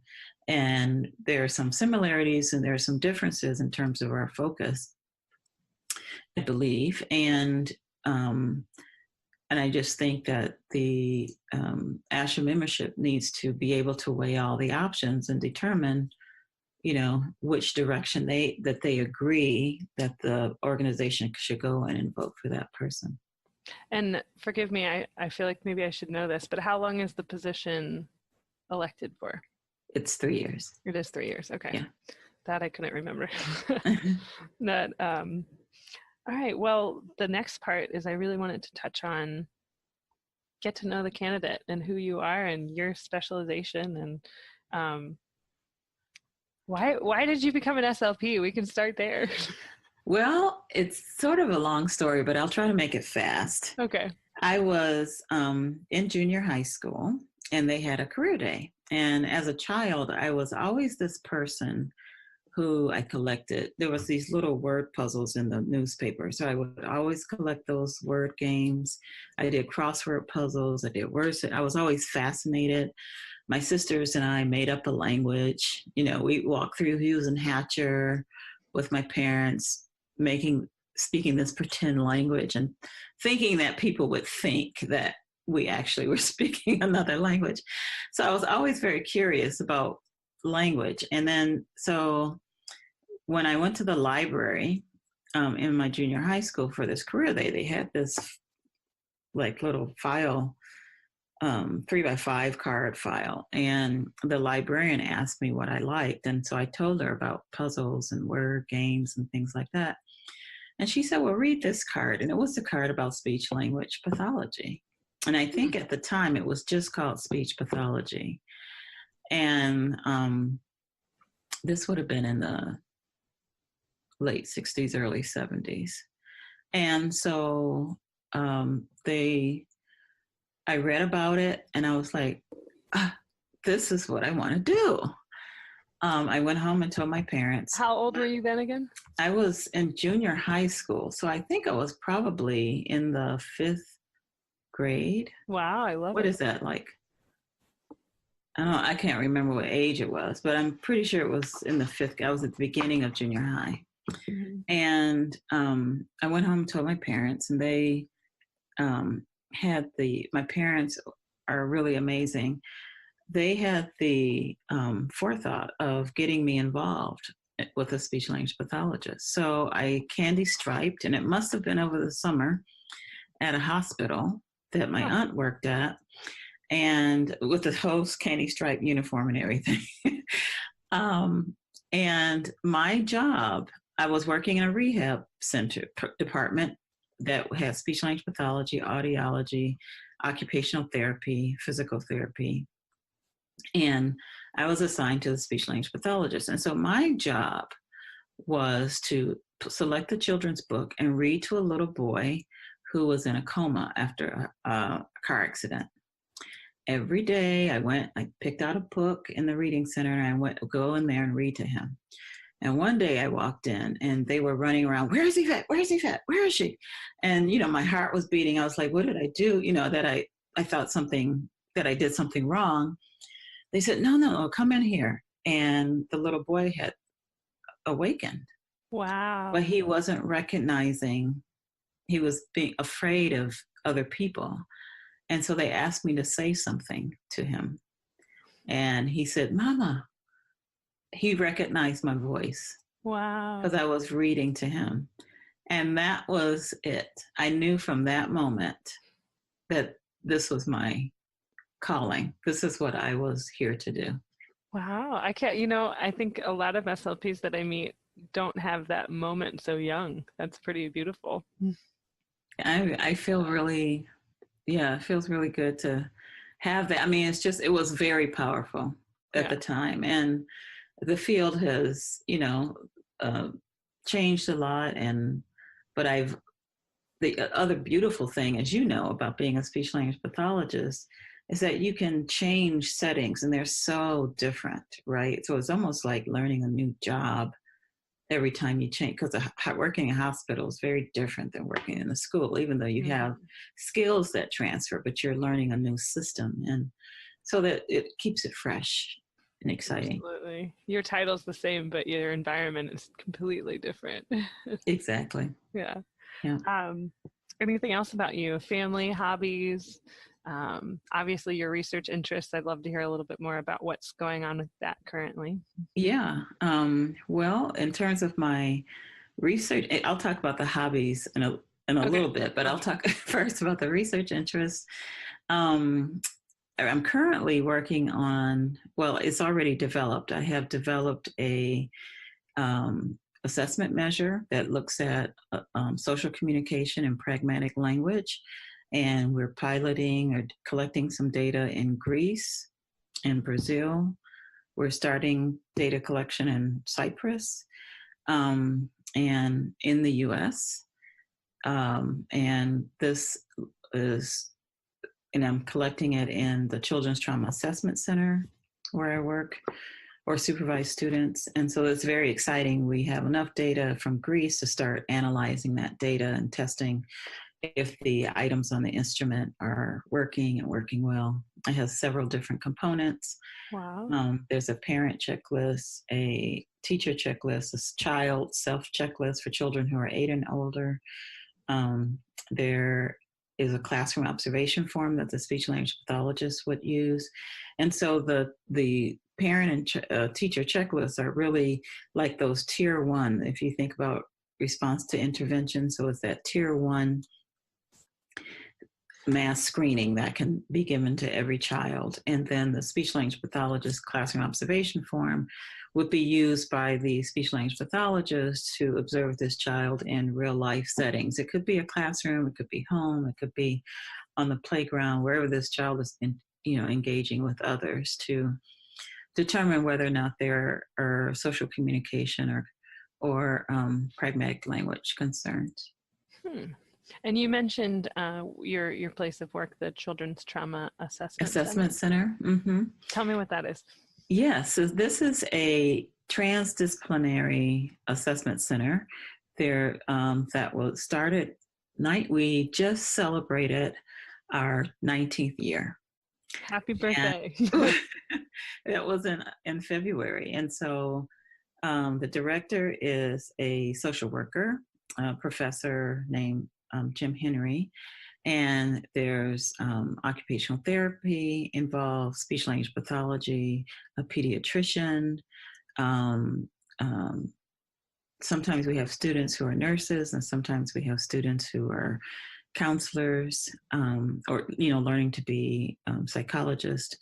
And so we really are engaged in transdisciplinary work, but we primarily provide comprehensive assessments to children with histories of maltreatment and prenatal alcohol exposure. And it's really difficult work. And because when you think it can't get any worse, somehow a child walks through with a history that is worse than the story you couldn't even imagine. But then, the child walks in and he or she is just a child, right? They are still playful and laughing. And so, we really work on just trying to hold their stories while also providing a comprehensive assessment that helps them get the support and the resources that they need to be successful. And we primarily do assessment, but not only assessment. There are social workers who have training and licenses in providing certain trauma-informed or trauma-based interventions. And so we have an opportunity to do that. I've been working on some thinking and writing, although it's not published yet, about trauma-based intervention from the perspective of speech-language pathologists. With this population, there's also a need for audiological service because children who have exposure to alcohol, there is a connection between middle ear difficulties and children with those histories. So it's very important, very difficult work, but very important work. And, I wouldn't want to be doing anything else really. So I supervise students. All of the faculty members have students that are placed there for practicum. And then the Children's Trauma Assessment Center also employs counselors or social workers to do some of they're there like all the time, writing reports and getting background information on children and preparing files. So it's really a wonderful place. Wow. And how long have you been in that facility? I was one of the founding organizers of the Children's Trauma Assessment Center. 19 years. Hey. Yeah, so 19 years. There was 5 of us, and it was Jim Henry, Connie Blackpond. Connie Blackpond is a social worker and counselor, and they were actually working in the field and realized that there was this disconnect between children who were in DHS services, in the welfare system. There was this disconnect between the kinds of services that they were getting and what they needed. And it was very disjointed. And they had this dream of having this cohesive clinic that would provide assessments, a comprehensive assessment for this population, so that, going into care, out-of-home placements, or children that have these histories would have some comprehensive information about what they needed to support their development. And they had the foresight to invite other disciplines. So I was invited to the table. This is when they were planning as a speech language pathologist. Dr. Ben Atchison was invited as an occupational therapist, and Dr. Mark Sloan, who's a pediatrician, was invited. And so we all kind of sat around and we envisioned like how we wanted this clinic to look. And we really wanted it to be transdisciplinary and not interdisciplinary or multidisciplinary, where you had like this connection between the disciplines. And so we wanted it to be transdisciplinary. We dreamed about it. And we, how when you first open up the doors, you have this trepidation. Is anybody going to show up? But we had done a small field study to get a sense of, if we built this center, would there be interest? And there was overwhelming interest. But you know how you're not quite sure people are going to follow through. Well, 19 years later, we still have. It's sad how many people there are that need the services that are in the DHS services system, that are in out-of-home placements. But we're glad we can provide this kind of service to that population. But it shows how much of that need is there. Yeah. Awesome. And anything about yourself, hobbies, interests, including speech, of course. But well, of course, I still do crossword puzzles, and I still work games, and they still fascinate me. Languages, but I also am a violinist. I have played violin since I was 9 years of age. I have terrible performance anxiety, so if I'm playing in my own living room, that's great. If I'm playing for an audience, I'm like it really stresses me out. But I love it. I'm in love with the violin, and I'm absolutely sure that I will be playing till the day I die. I also play piano, but not as often as I do the violin. I crochet, and my main crochet projects are Afghans, like big bedspreads. Wow, yeah. Yeah. Mhm. So I actually had connected with a woman who's an incredibly talented crochet artist, I would say, because at a craft fair in El Paso, Texas, and I bought all our nieces and nephews matching characters that she to match these books, including, I don't know if you've heard of the story, The Gruffalo. It's a really funny little story about. I haven't, but I'm going to write down that name. Yeah. And she created, once you look it up, you'll see, but it's this monster with this hodgepodge of descriptions and a purple wart on his nose and that kind of thing. And she made one. She crocheted a Gruffalo for me for the book. That's great. And I guess the last thing is that as I headed toward my 60s, I'm rather close there.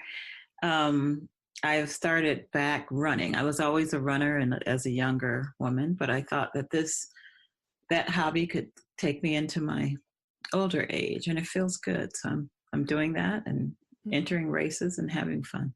Yeah, are you signed up for any races currently? I am signed up for a 10K at the Borges Run for the Health of It here in Kalamazoo. Nice. One of my sisters and I, that's what we do together. We kind of travel around and run in these races. Right. It's an excuse to travel too. Right. Yeah. So I've only been to Kalamazoo once, but I hear wonderful things. It was back in college for a volleyball tournament. Oh, a long time ago. And just on our podcast recording the other night, you know how the Google Doodle, when you go to Google, they'll celebrate different anniversaries. On Monday was the gentleman who created the tactile tiles for the blind, right? I saw that. And isn't Western Michigan, I believe you guys have a big orientation mobility. Yes, right? Absolutely, we do. And that's in the same college that we are in. Oh, really? Because really. I mentioned working with the deaf, but I worked at the Colorado School for the Deaf and the Blind, and that's where, I mean, I learned so much from the O&Ms. And I was telling Matt and Mike, our co-hosts, that I want to bring a O&M on for an interview because they work on a lot of, especially those language concepts that we work on. So. Yeah, so the blindness and low vision department is in College of Health and Human Services, and then there is I think up the street and across the street is a school, but I think they work closely together, the department and that school. So yes, it's I know the Colorado School for the Blind had a couple staff members who graduated from Western Michigan. Oh, okay, great. Wonderful. So the name is out there for many different things, I'm sure. Is there anything that I haven't touched on that you would like to share? Especially relating to your run for the ASHA position, of course. Right. I think in terms of some things I'd like to accomplish is to, in collaboration with other board members, is to not only advance ASHA's strategic objectives, which would, for the Vice President of Planning, I think would focus on Objective 6, which is increasing diversities of the membership. 7 would be international engagement, and then 8 is cultural competency or responsiveness. I'd like to increase the diversity of the with other board members to increase the diversity of the membership, and then increase student involvement. I don't think I mentioned that before, but in decision making. So the kind of like growing your own population of future leaders in the field. And you being a professor, you work with the new students, the soon to be SLPs. Right. Yes. Yeah. Matt had a really good question that reminded me. He asked one of the folks who came on, for a position, he said, okay, let's say tomorrow you are suddenly in charge of all of ASHA, right? What is the first thing you would do? Well, for me, I would put in to the standards some global competencies. Okay. That's what I would do. I like it. There Yeah. Have fun. Well, I have really enjoyed speaking with you, and thank you. I think we would love to have you back on just for your expertise and experience too, to hear more about what you're doing research-wise. So as thank that you. study progresses, maybe we can bring you back on the show. Sure, that sounds fine. Sounds great. Great. And we'll keep encouraging the members to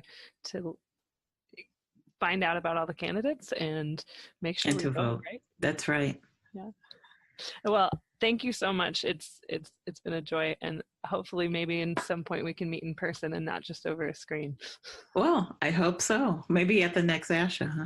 Yeah, we're hoping to, Matt and Mike and I are hoping to all three be there. So wonderful. Okay, maybe great. do a live recording as well. That would be fun. I haven't been able to go since ASHA Denver, so it's been a little bit. Okay. Yeah. Well, thank you so much. I will. Thank you, Michelle. Welcome back to Speech Science. I'm Matt Hott. I am so excited today to be joined by Dr. Kathy Sofel, professor and program director from the University of Nebraska, Omaha, and also running for the VP of Planning position from ASHA. Kathy has served with the students from the Lakota Sioux population. She was a SLP program. What is the SLP program for the Easter Seals? I was going to explain that, but I don't actually know what that is. It's a good question. When my husband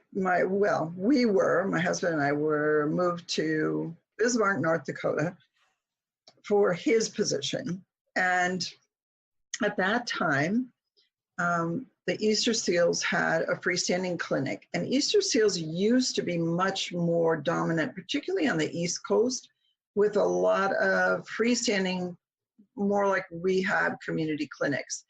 And one of the things they were really wanting was to open a program for speech and language pathology. But the interesting thing was North Dakota had a licensure law, but they had no programs to prepare master's degree people. So I was a unique bird, moved in from the South to Bismarck, North Dakota.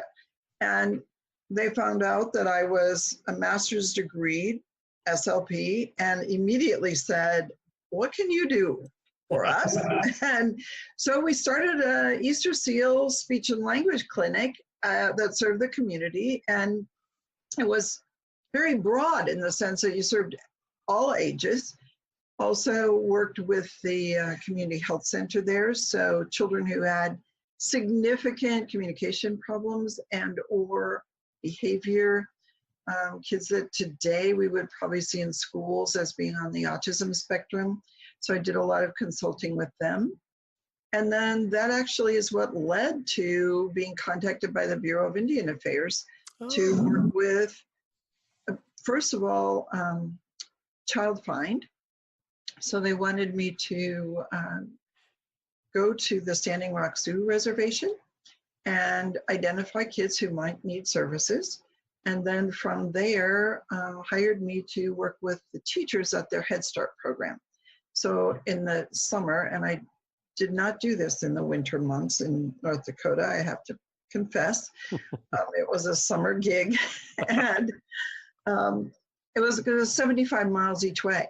Wow. So yeah, so Bureau of Indian Affairs said, we'll pay your mileage. What do you need? We just need you to hopefully work with the staff. So they were better equipped really to help the kids develop their language skills, their communication skills, so that they were closer to being kindergarten ready. And it was a fabulous experience. I probably learned way more than they ever learned from me, because culturally, yeah, it was I mean, people in your audience don't see me, but if they know anything about who I am, I'm Danish, okay? So I'm pretty fair-haired and look very different than everyone else I was working with on the reservation. It was the first time in my life I've ever been the only one. And I have to say, from a cultural standpoint, it was a fabulous learning experience to suddenly be thrown in to an environment where you have to figure out how to become part of that environment. So when you ask the question about what is communication, hello, there you go. That was a great opportunity to figure out, how do I communicate with people who by choice choose not to speak to me because I speak English, but will talk around me in their native tongue. And I need to break over that barrier. And where do I go from here to make that happen? So yeah, it was a challenging and rewarding, and I loved every minute of it. And it's probably part of what encouraged me to work more in the early childhood arena. I was going to say, so was that pretty early in your career then? It was. Yeah. I had worked in rehab. I had done just a short time in the public schools during my CFY, and then I had worked in hospital rehab. And then we were transferred to North Dakota, and the world just all opened up all kinds of possibilities. So yeah, it was good. So what brought you into the world of speech therapy? My background was radio, and I wanted to do more and became an SLP, and now I host an SLP podcast. What was your background? How did you find the field, and what was that spark that got you there? Many of us probably, many people I talked to came about this path in some of the same ways I did.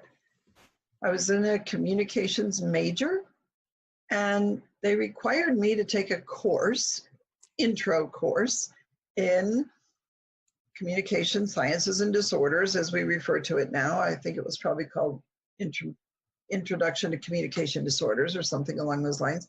I found it fascinating.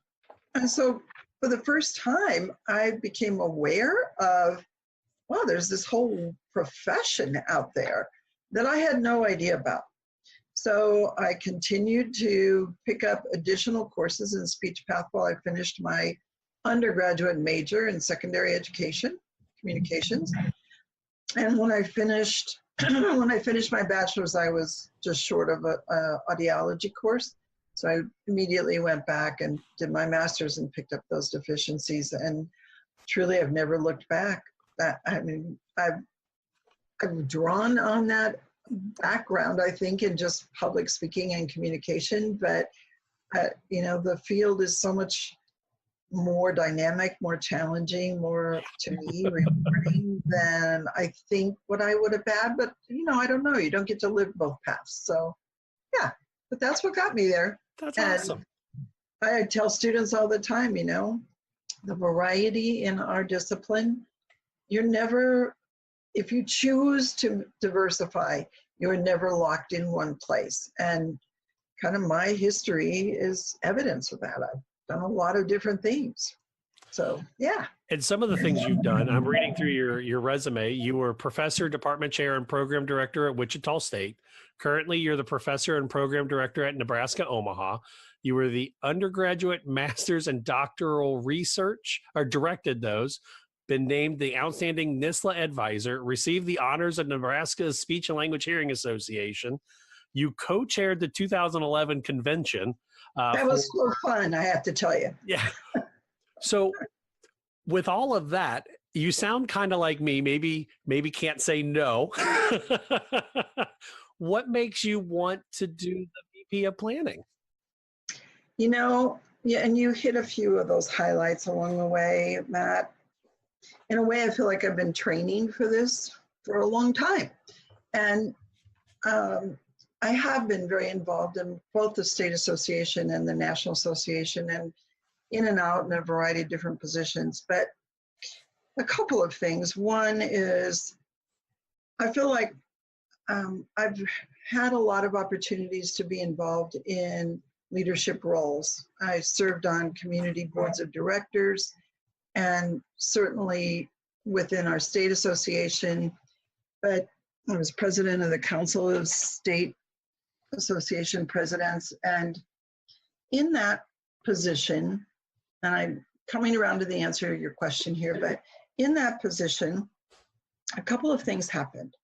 One was we were struggling as state associations and the Council of State Associations to improve our relationship with ASHA. At that time, we were almost seen as kind of adversarial. It was like ASHA somehow regarded that council as wanting to take over the world, and we regarded ASHA as, I mean, it was kind of a we-they thing for a short period of time. So when I came into the Council of State Association Presidents, it became clear to me that there was this tension between the two groups. And I struggled to kind of figure out, you know, what was the history and where did this come from? And what do we need to do here differently? Because this should not be, I mean, there's a big world out there and nobody's going to own all of it. So let's see what we can do. So as I was on the board for the Council of State Association Presidents, CSAP, the discussions came along and we talked about starting a new committee, and it was named at the time the Committee on State and National Association Relations, and it still exists today. But at that time, I was put in charge of getting that up and running, and I was told I needed to contact the then president of ASHA. That just intimidated the hell out of me. Let me just say, I thought, how can I pick up the phone and just call the president of ASHA, for goodness sakes? It's just me, this little person from Nebraska. And so I did. And the person I had to contact was Catherine Butler. Catherine Butler was the goddess of child language at the time when child language was really emerging. So I looked at that as double sort of, you know, intimidation. So I contacted her, and she was this incredibly human person. I mean, she said, when can we meet? Let's get together for coffee. You know, where are you? Let's do this. It immediately, I mean, it's that whole thing of your question of what is communication. It immediately opened the doors. And from the beginning, she said, absolutely. As president of ASHA, I'm 100% behind this. Let's make this happen. Let's do it. And moving forward, we did. Out of that conversation, Kay Butler became like a fairy godmother to me. She was the kind of person who looks for opportunities to network people in ways that they might not otherwise be connected, and really kind of open doors. She said to me one time when she was asking me to take on the presidency of the Division for Deafness and Hard of Hearing for CEC, and she's like, I really think you should chair this. And I'm like, oh, jeepers. Okay, I mean, I had little kids, I was in a full-time position, all these things. And she said, before you answer me, let me just say, never say no. Always say yes. And I'm like, that gets me in a lot of trouble, but it does open a lot of doors. So I often do think back to her very words to me was, you never know where it will take you. Say yes, do the best you can. If you do good work, the best you can, that's all anybody can ask for. I'm like, okay, so let's go. And, that was, I think, one of those kind of aha moments that you periodically have in your career where certain people really do kind of turn your head around a little bit and make you broaden your thinking. And for me, that was an important piece. Moving forward, do I think this position is right for me? I do. And I think it is in part because, especially with the experiences I had as department chair, which included not only a very large undergraduate and master's, but also an AUD program. Mm-hmm. It was just really getting its feet on the ground, and a PhD program. So we had both, you know, audiology and speech path in the PhD program, of course. But I think I got closer to the issues that audiology deals with. And so those 10 years as the department chair there really did help me, I think, be a lot maybe more sensitive to the audiology issues. And not that I've ever not felt connected, but I certainly felt differently connected in that role. So, yeah. Oh, that makes sense. I sit as the schools rep for the state of Ohio for OSLA. And when an audiologist will ask me a question about in the schools, as a speech path, I don't even know this. I know their scope, but I don't know the intricacies. So Sure. I almost feel I don't want to say useless, but I have to go to, luckily our OSLA president is an audiologist and I can say, help me. Right. Do you see, like, from a speech path side, I could see how an audiologist could be disconnected from ASHA because it's a lot of, you know, better hearing and speech month is coming up, but a lot of times we focus on just the speech part. Do you think there's a way that you can help build that gap, that bridge between the audiologists and SLPs with ASHA, or? You know, kind of like with that whole bridge that I was talking about between two organizations. It's all about communication, just really at a grassroots level. I think what happens is we sometimes create a perception that maybe doesn't exist across the broader scope of people, but because maybe some folks are more outspoken, maybe they bring issues more to the front page, that we tend to focus on those. And, you know, that happens today in our media. It happens in pretty much everything we all do. The old adage about the squeaky wheel. Yeah. In a way, I think from my perspective, the way I can most work to bridge gaps is to talk with people. I'm pretty much open to, if you have something to say, I'm here to listen. Now, it may be a very different perspective than what I came to the conversation with, and we may have to wrestle with getting some understanding, but it's all about, where's the breakdown? Where functionally, if we're not working to address the breakdown, then we're not going to bridge that gap. We're just going to continue to let the river kind of flow through it. And I don't see any point in that. It just takes a lot of energy, and it diffuses all kinds of positive possibilities. So for me, I think let's put it on the table and let's deal with it. I know from serving as an ASHA SEAL previously and currently, people will come to me in Ohio and say, hey, what's ASHA doing? I pay all these dues. I get nothing out of it. My caseload is at 95 students. My school district has said they'll fire me if I don't see them, et cetera. Right. Then you see on the Facebook comments when ASHA releases a lighthearted video that reminds you to pay your dues. And people get mad because they say, oh my gosh, is this what my dues are doing? How come you're not fighting for X, Y, or Z? What do you see yourself in the position of VP for planning to kind of help, you know, you said reach out. How can you start to repair some of those squeaky wheels, I guess, that have turned their back on ASHA, but still get the C's because we, quote, need it. And that's the only reason they see that. Like, how can we bridge that gap? You know, I think a real priority I have for this position, I mean, we have this strategic pathway. It's all conceptually beautifully arranged and laid out. I would guess that, and maybe I'm wrong about percentages, this is just a number, I would say at least 85% of our members have no idea They don't know what it is or why it is. But more important to me is they don't know where they fit. Mm-hmm.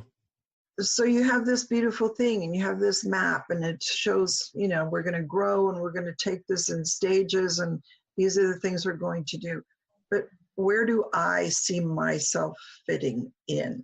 And that's one of the areas that I've been really, and I told you I'm not very pretentious, so I don't blow my own horn very well. But I have been very successful in connecting people and ideas that often don't see where they would fit together at all. I think part of that is just that you need to listen. You need to say to people, I'm here. If you feel like you're not getting your needs met, what needs are you not getting met, and where can we start to work together to figure out what's the niche that we're not filling, and if there's a potential over here, let's tap into it. It's with everything. I mean, that's where we all are, right? I'm in the grocery store. I can't find what I want on the shelf. If I don't tell the man at the front, hey, I can't find this, he doesn't know what I'm looking for. He doesn't know that I go away disgruntled. Well, ask.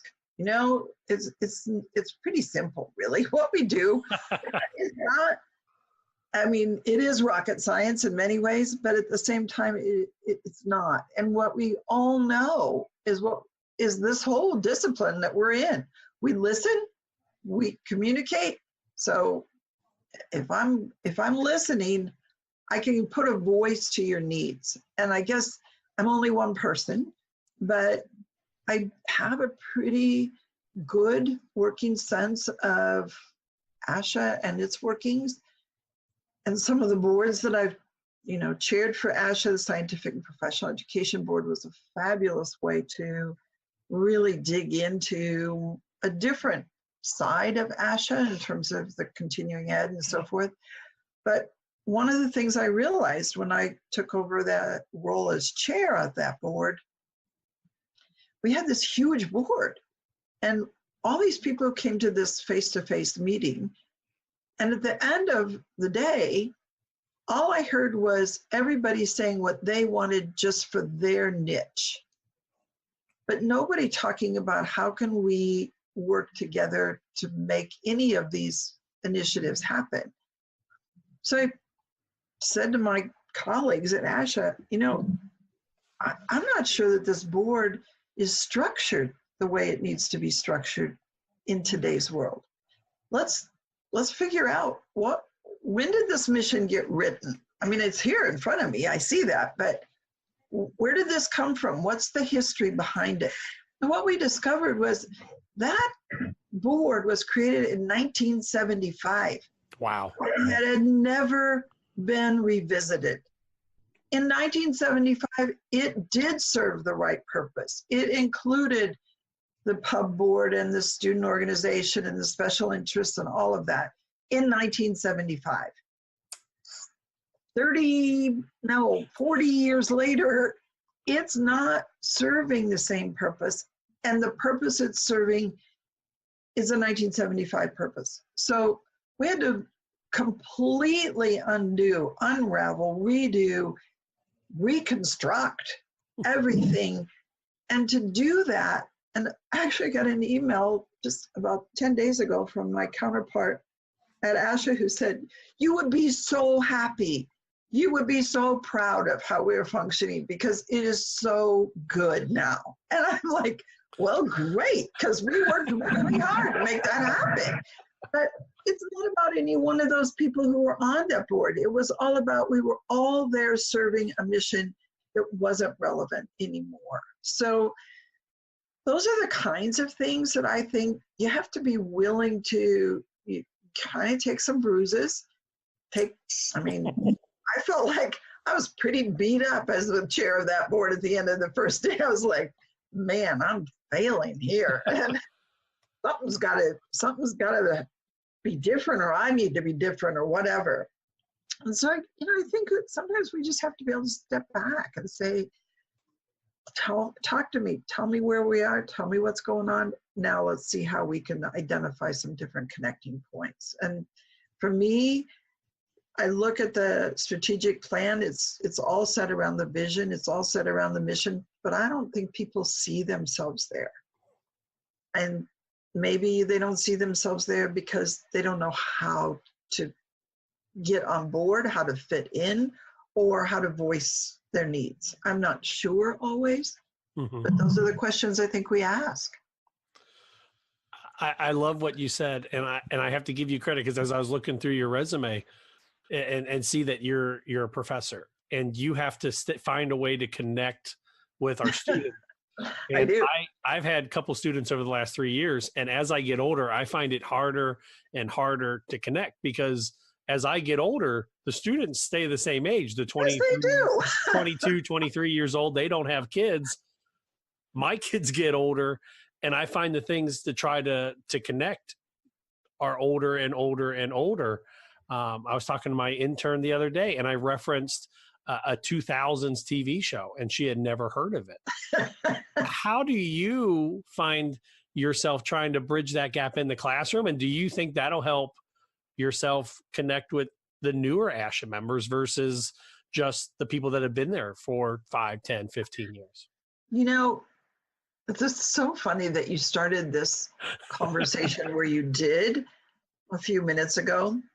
A student I had in my class a couple semesters ago I came out of my classroom on Tuesday afternoon, and I walked out, and she was sitting in the hallway, and I said, oh, what are you working on? And so we started chatting. Well, what I learned from her was that she is coaching a high school speech team, and that they are going to a national competition. Actually, it's I sort of merged two things there. She coaches this team, but she herself is going to a national competition where she will be speaking. I said, oh, well, what type of speaking do you compete in? And she kind of looked at me funny, and she goes, well, you know something about this stuff? And I said, well, yeah.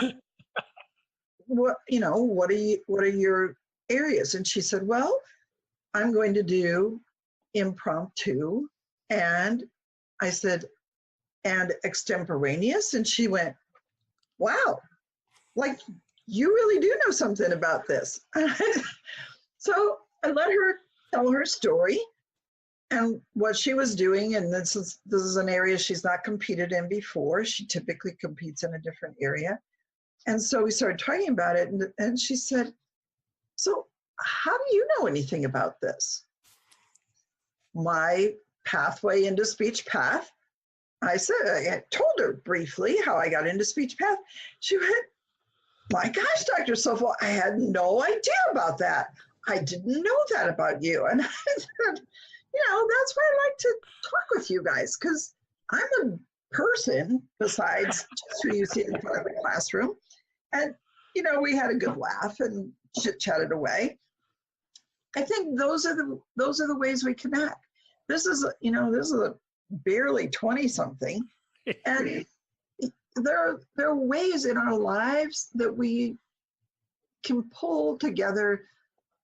Maybe we didn't live it, but we can find ways to connect to it. And here's the other funny story that came back to me today, and this one took me totally off guard. I was talking with one of our newer faculty members she's very young. She's got 2 tiny kids at home. She's a delightful, wonderful woman. And she had a guest lecturer in her classroom yesterday. Well, the guest lecturer was one of my former students. This is my second rodeo at UNO. I was there for 16 years. I went away, and then I came back 3 years ago. She said, in the middle of this guest speaker's lecture to this now graduate class, the guest speaker said, now, I'm going to tell you something I learned from Dr. Coufal when she was my teacher. This is a tool that you can put in your tool belt. So we had a really good laugh about it, because it was like, okay, that is kind of a saying that I probably did somewhere along the line use. I don't know, but obviously it stuck. And so maybe everything we do doesn't get totally outdated, even though my daughter, who is in technology, can't believe how much I say to her, but I don't know how to do that. She's like, Mom, come on. This is simple stuff. Whoa. Okay, I can learn it. So yeah. That's funny you say about the tool belt. At the end of every show, we do the "Be a Willow, Don't Be an Oak" treat as our ending segment. And I got that from my clinical supervisor, Janice Wright. And every time I introduce a new topic to one of the teachers I work with in the high school, and they kind of give me that look of, this seems like a really new thing I don't want to do, I'm always like, hey, be a willow. It'll be okay. We'll weather the storm together. And I had a teacher the other day, she said something happened to the schedule, and I gave her the look. And she goes, Matt, be a willow. And I was like, okay. That has now come 360. It does sometimes come back to haunt you.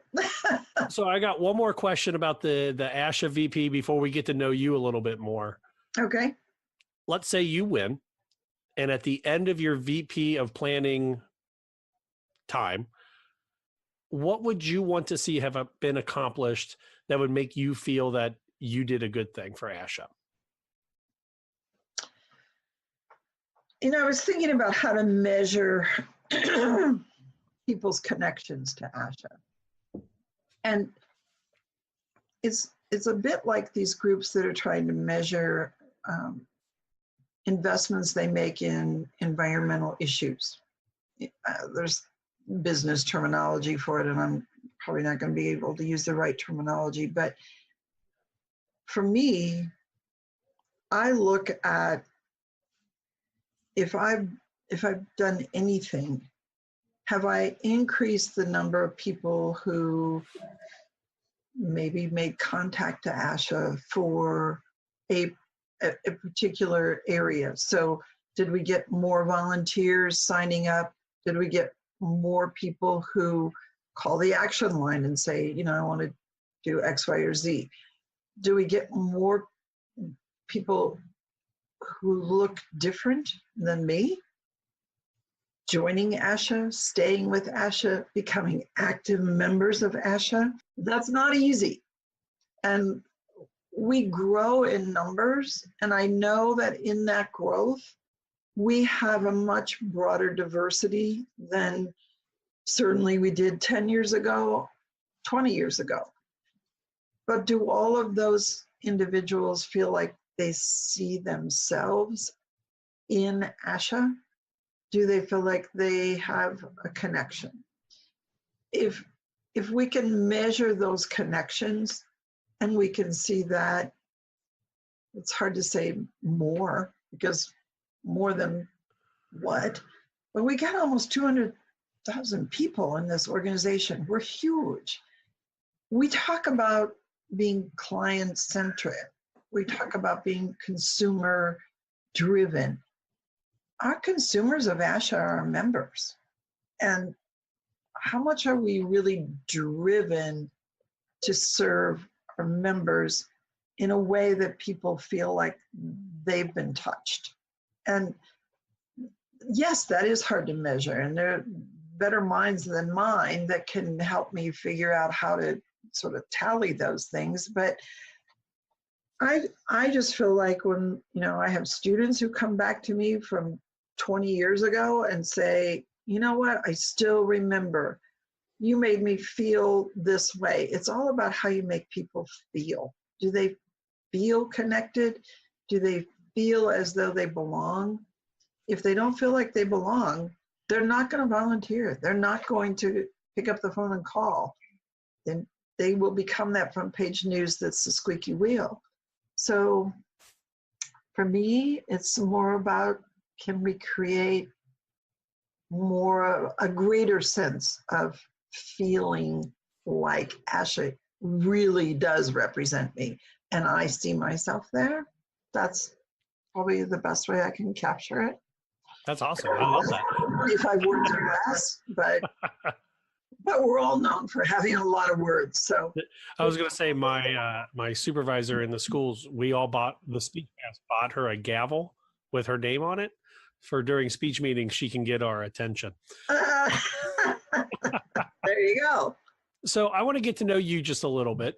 And I'm going to ask you a bunch of questions, and feel free to say, Matt, I don't want to answer that question if you don't want to answer that question.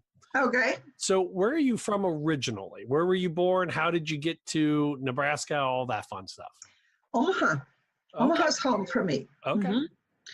We've lived a few other places, but Omaha, I always have regarded Omaha as home. And I felt like I was ready to come back here when I was at a point where I needed to probably get a little closer back to Omaha than I was. I have a 96-year-old dad here, and it takes a village to raise a 96-year-old dad. So it was a good time there was an opportunity, it was a good time to come back. And I've always loved what I did at UNO, and so it's been nice to be able to come back to that. I know I mentioned that I have the 5 and the 2-year-old. You said you had a daughter. Do you have just the one? Do you have multiple? Are they I have 2 daughters. 3?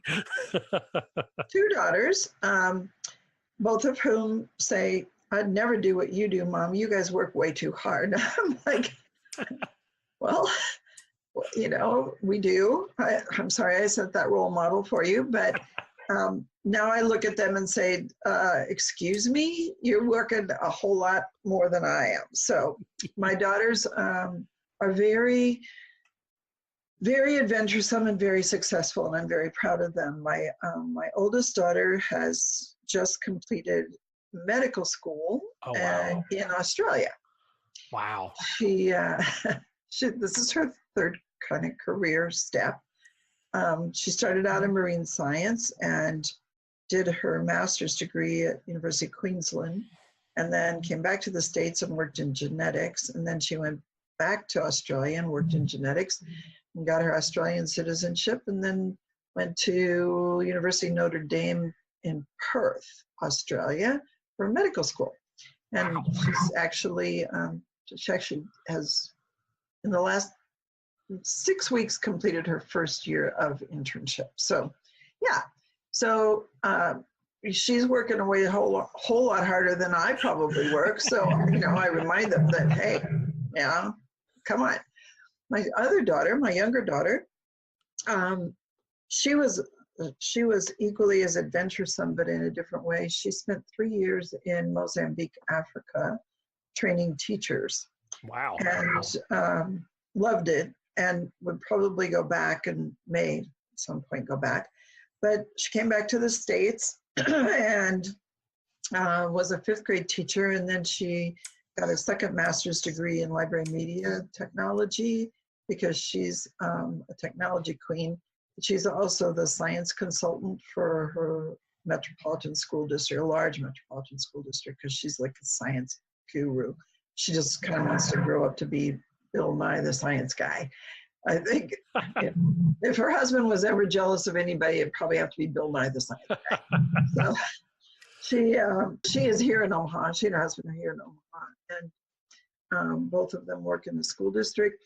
Her husband is multilingual and is an interpreter for the school district. So again, it was kind of good to come back home. Yeah.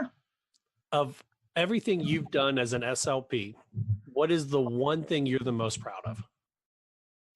Wow. One thing. I have to put it down to one?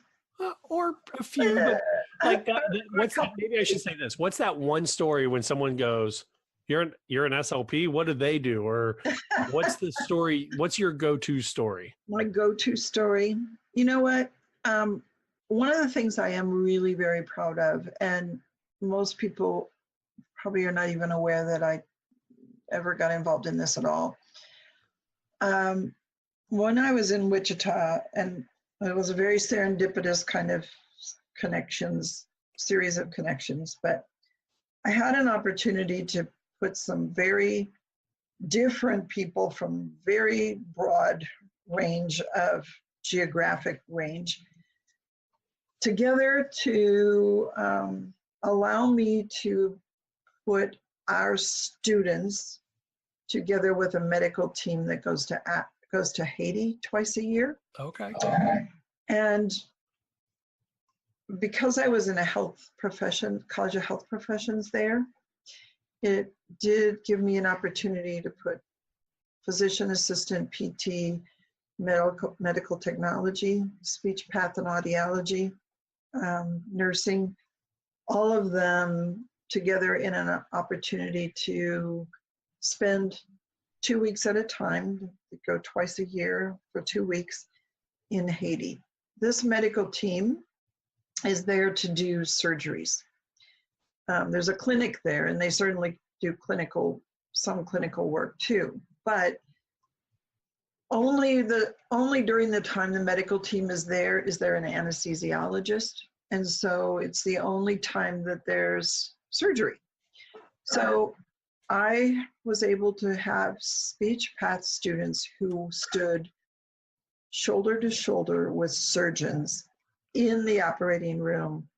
And as one of the grad students told me, they were doing an operation on a very large facial tumor. And she said, the greatest experience I ever had was that physician showing me, here's the vagus, look what happens when I touch it. Here's what I'm doing here and why I have to be really careful here and here and here. You can't do that in the US. Our students would never have the opportunities that putting wheels under that idea really changed lives, not just for people in Haiti. It changed lives for all of our students who went, and it's all those disciplines. So am I proud of that? I am, because you know what? It was not easy. That is the best story I've ever heard to that question. The politics of universities and liabilities and finance and all of those things, you just have to be willing to not take no for an answer and figure out, okay, if that's an issue, where do we go from here? And we still have that program. It's still going. And I'm really happy about that. That is so cool. I almost feel bad asking you my next question now. No, go ahead. In the same idea of everything you've done as an SLP, we all have the story that makes us laugh, but we also may be the most embarrassed by. Oh. I'll let you in on mine before I ask you what yours is. Okay. When I was in my adult placement or the medical placement, and my supervisor was showing me how to pull the trach button out. I don't work with trachs. Okay. And he showed me, and it pulled out, and as soon as he pulled it out and I caught the smell, the room became a tunnel. I got super warm. My supervisor said my color in my face went from my normal view to whiter than the shirt I was wearing. And he just looked at me and said, "Hey, Matt, why don't you go sit on the heater by the window for a few minutes?" That's my most embarrassing. I almost passed out in the therapy room or in the patient's room while the patient just looked at me and just started to laugh just because he could see what was happening. So that's my embarrassing story. What is your that either makes you laugh or kind of embarrassing that you don't mind sharing with our audience? Makes me laugh. Oh gosh, there's so many times that I've been in situations that are so unfamiliar to me that it's like, well, okay. I think I would have to say, working with doctoral students, there were so many times that we just had to all look at each other and laugh. Because I was teaching a seminar on research ethics. And those are like sometimes kind of tough. They're tough, You bring these cases in and you go, okay, let's talk about this. And, where did things go wrong? What was violated here? So students have a way of bringing you up to the standard you're supposedly teaching. And then they're saying things like, so, Dr. Sofel, did you keep lab books in your lab? And I'm like, well, that would be no. No.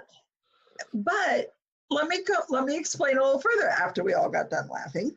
I didn't ever really have a lab.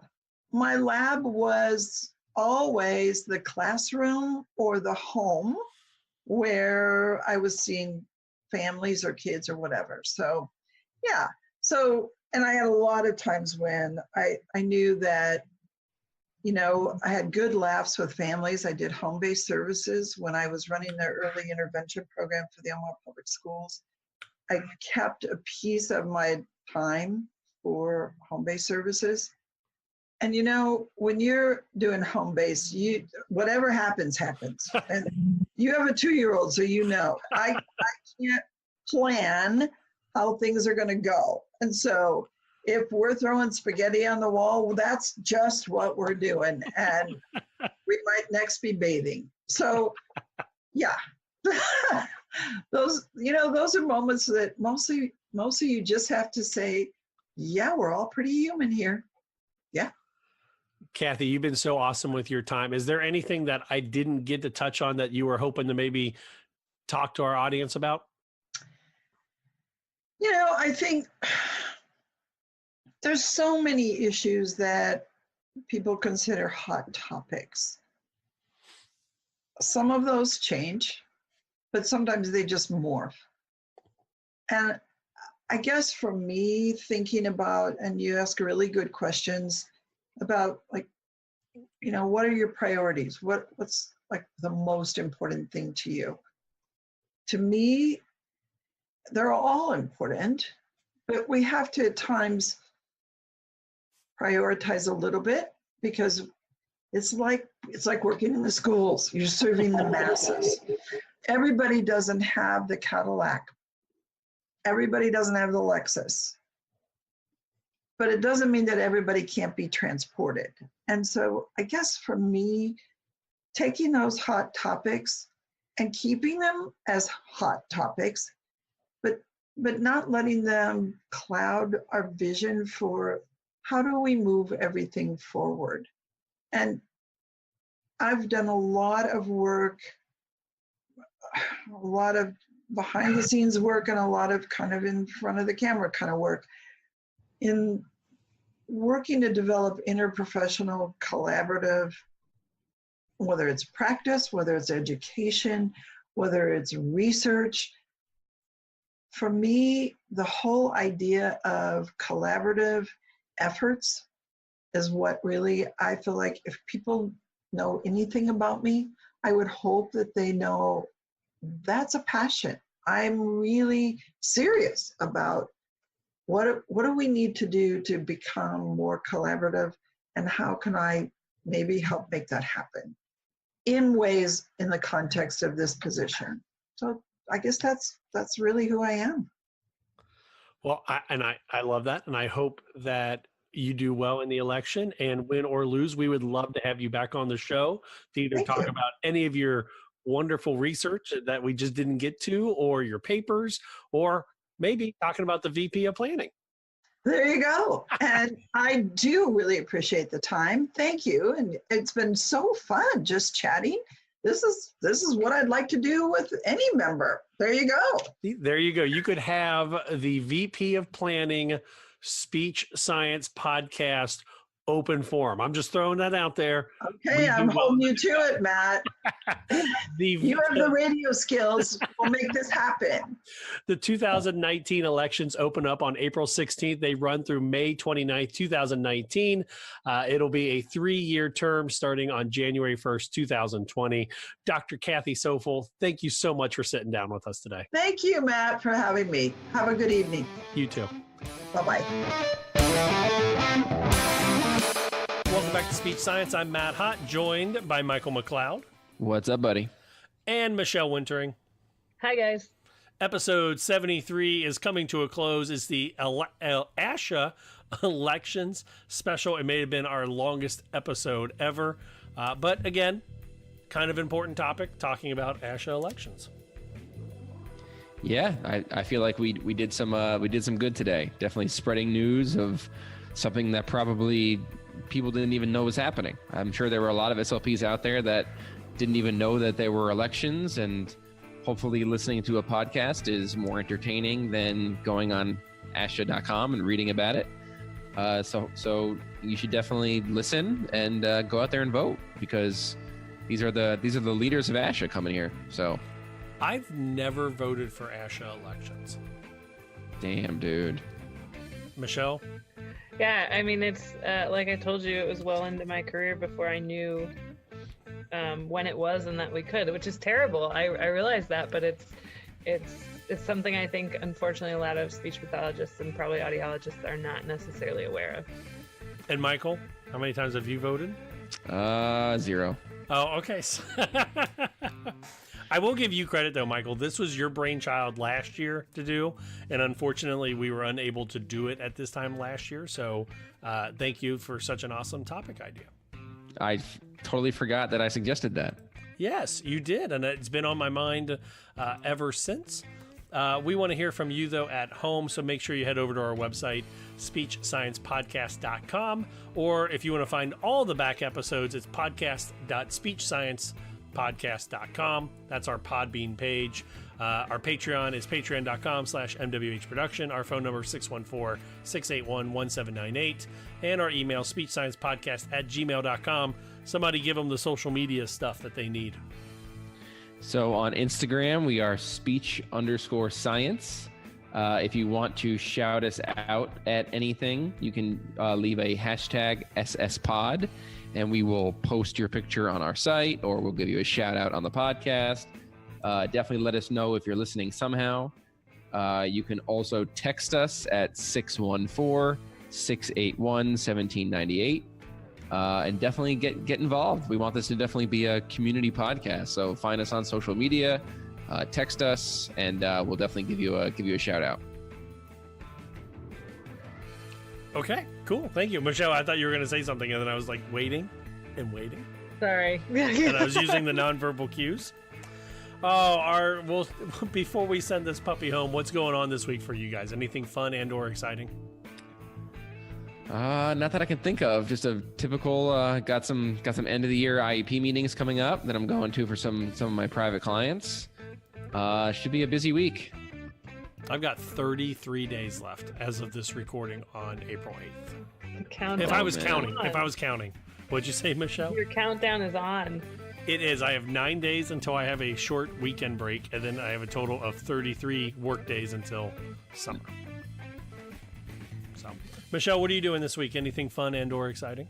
Well, just got back actually from a whirlwind but awesome trip to North and South Carolina for a ceremony, military ceremony for my brother-in-law. And it was pretty cool because my son James was able to meet a cousin he hadn't met yet, and we got a lot of the family together. So we're kind of on the unwind from travel, right? The hangover from traveling, especially with a 9-month-old. Nice. For me, I still got to catch up on 4 hours of WrestleMania that I did not watch this weekend. My son has baseball that I will be taking him to, and on Sunday, my high school bowlers wrap up their season with their end-of-the-year volunteer project, where we work with the Big Brothers program, teaching bowling to the Big Brothers and the Little Brothers, and it's kind of a cool event where there's no stress, and I'm just the adult making sure that the children are safe, and all my bowlers get to pass on the knowledge. So it's a pretty cool thing, and I want to shout out the St. X bowling team for being pretty cool with that. And I'll also be buying myself a new mic this week. So there you go. Get the one online. Our intro music tonight is Please Listen Carefully by Jazar. It's licensed under an attribution and share alike license. Our closing music is The Slow Burn by Kevin MacLeod. It's licensed under a Creative Commons attribution license. And our bump music is The Spellbreaker by Tachyon. It's licensed under an attribution license. In the immortal words of Janice Wright, always be a willow, because in the storm of life, the oak will crack while the willow will bend and return to form. For the Willows, Michael MacLeod and Michelle Wintering, I'm Matt Hott. Until next week, so long, everybody. Later.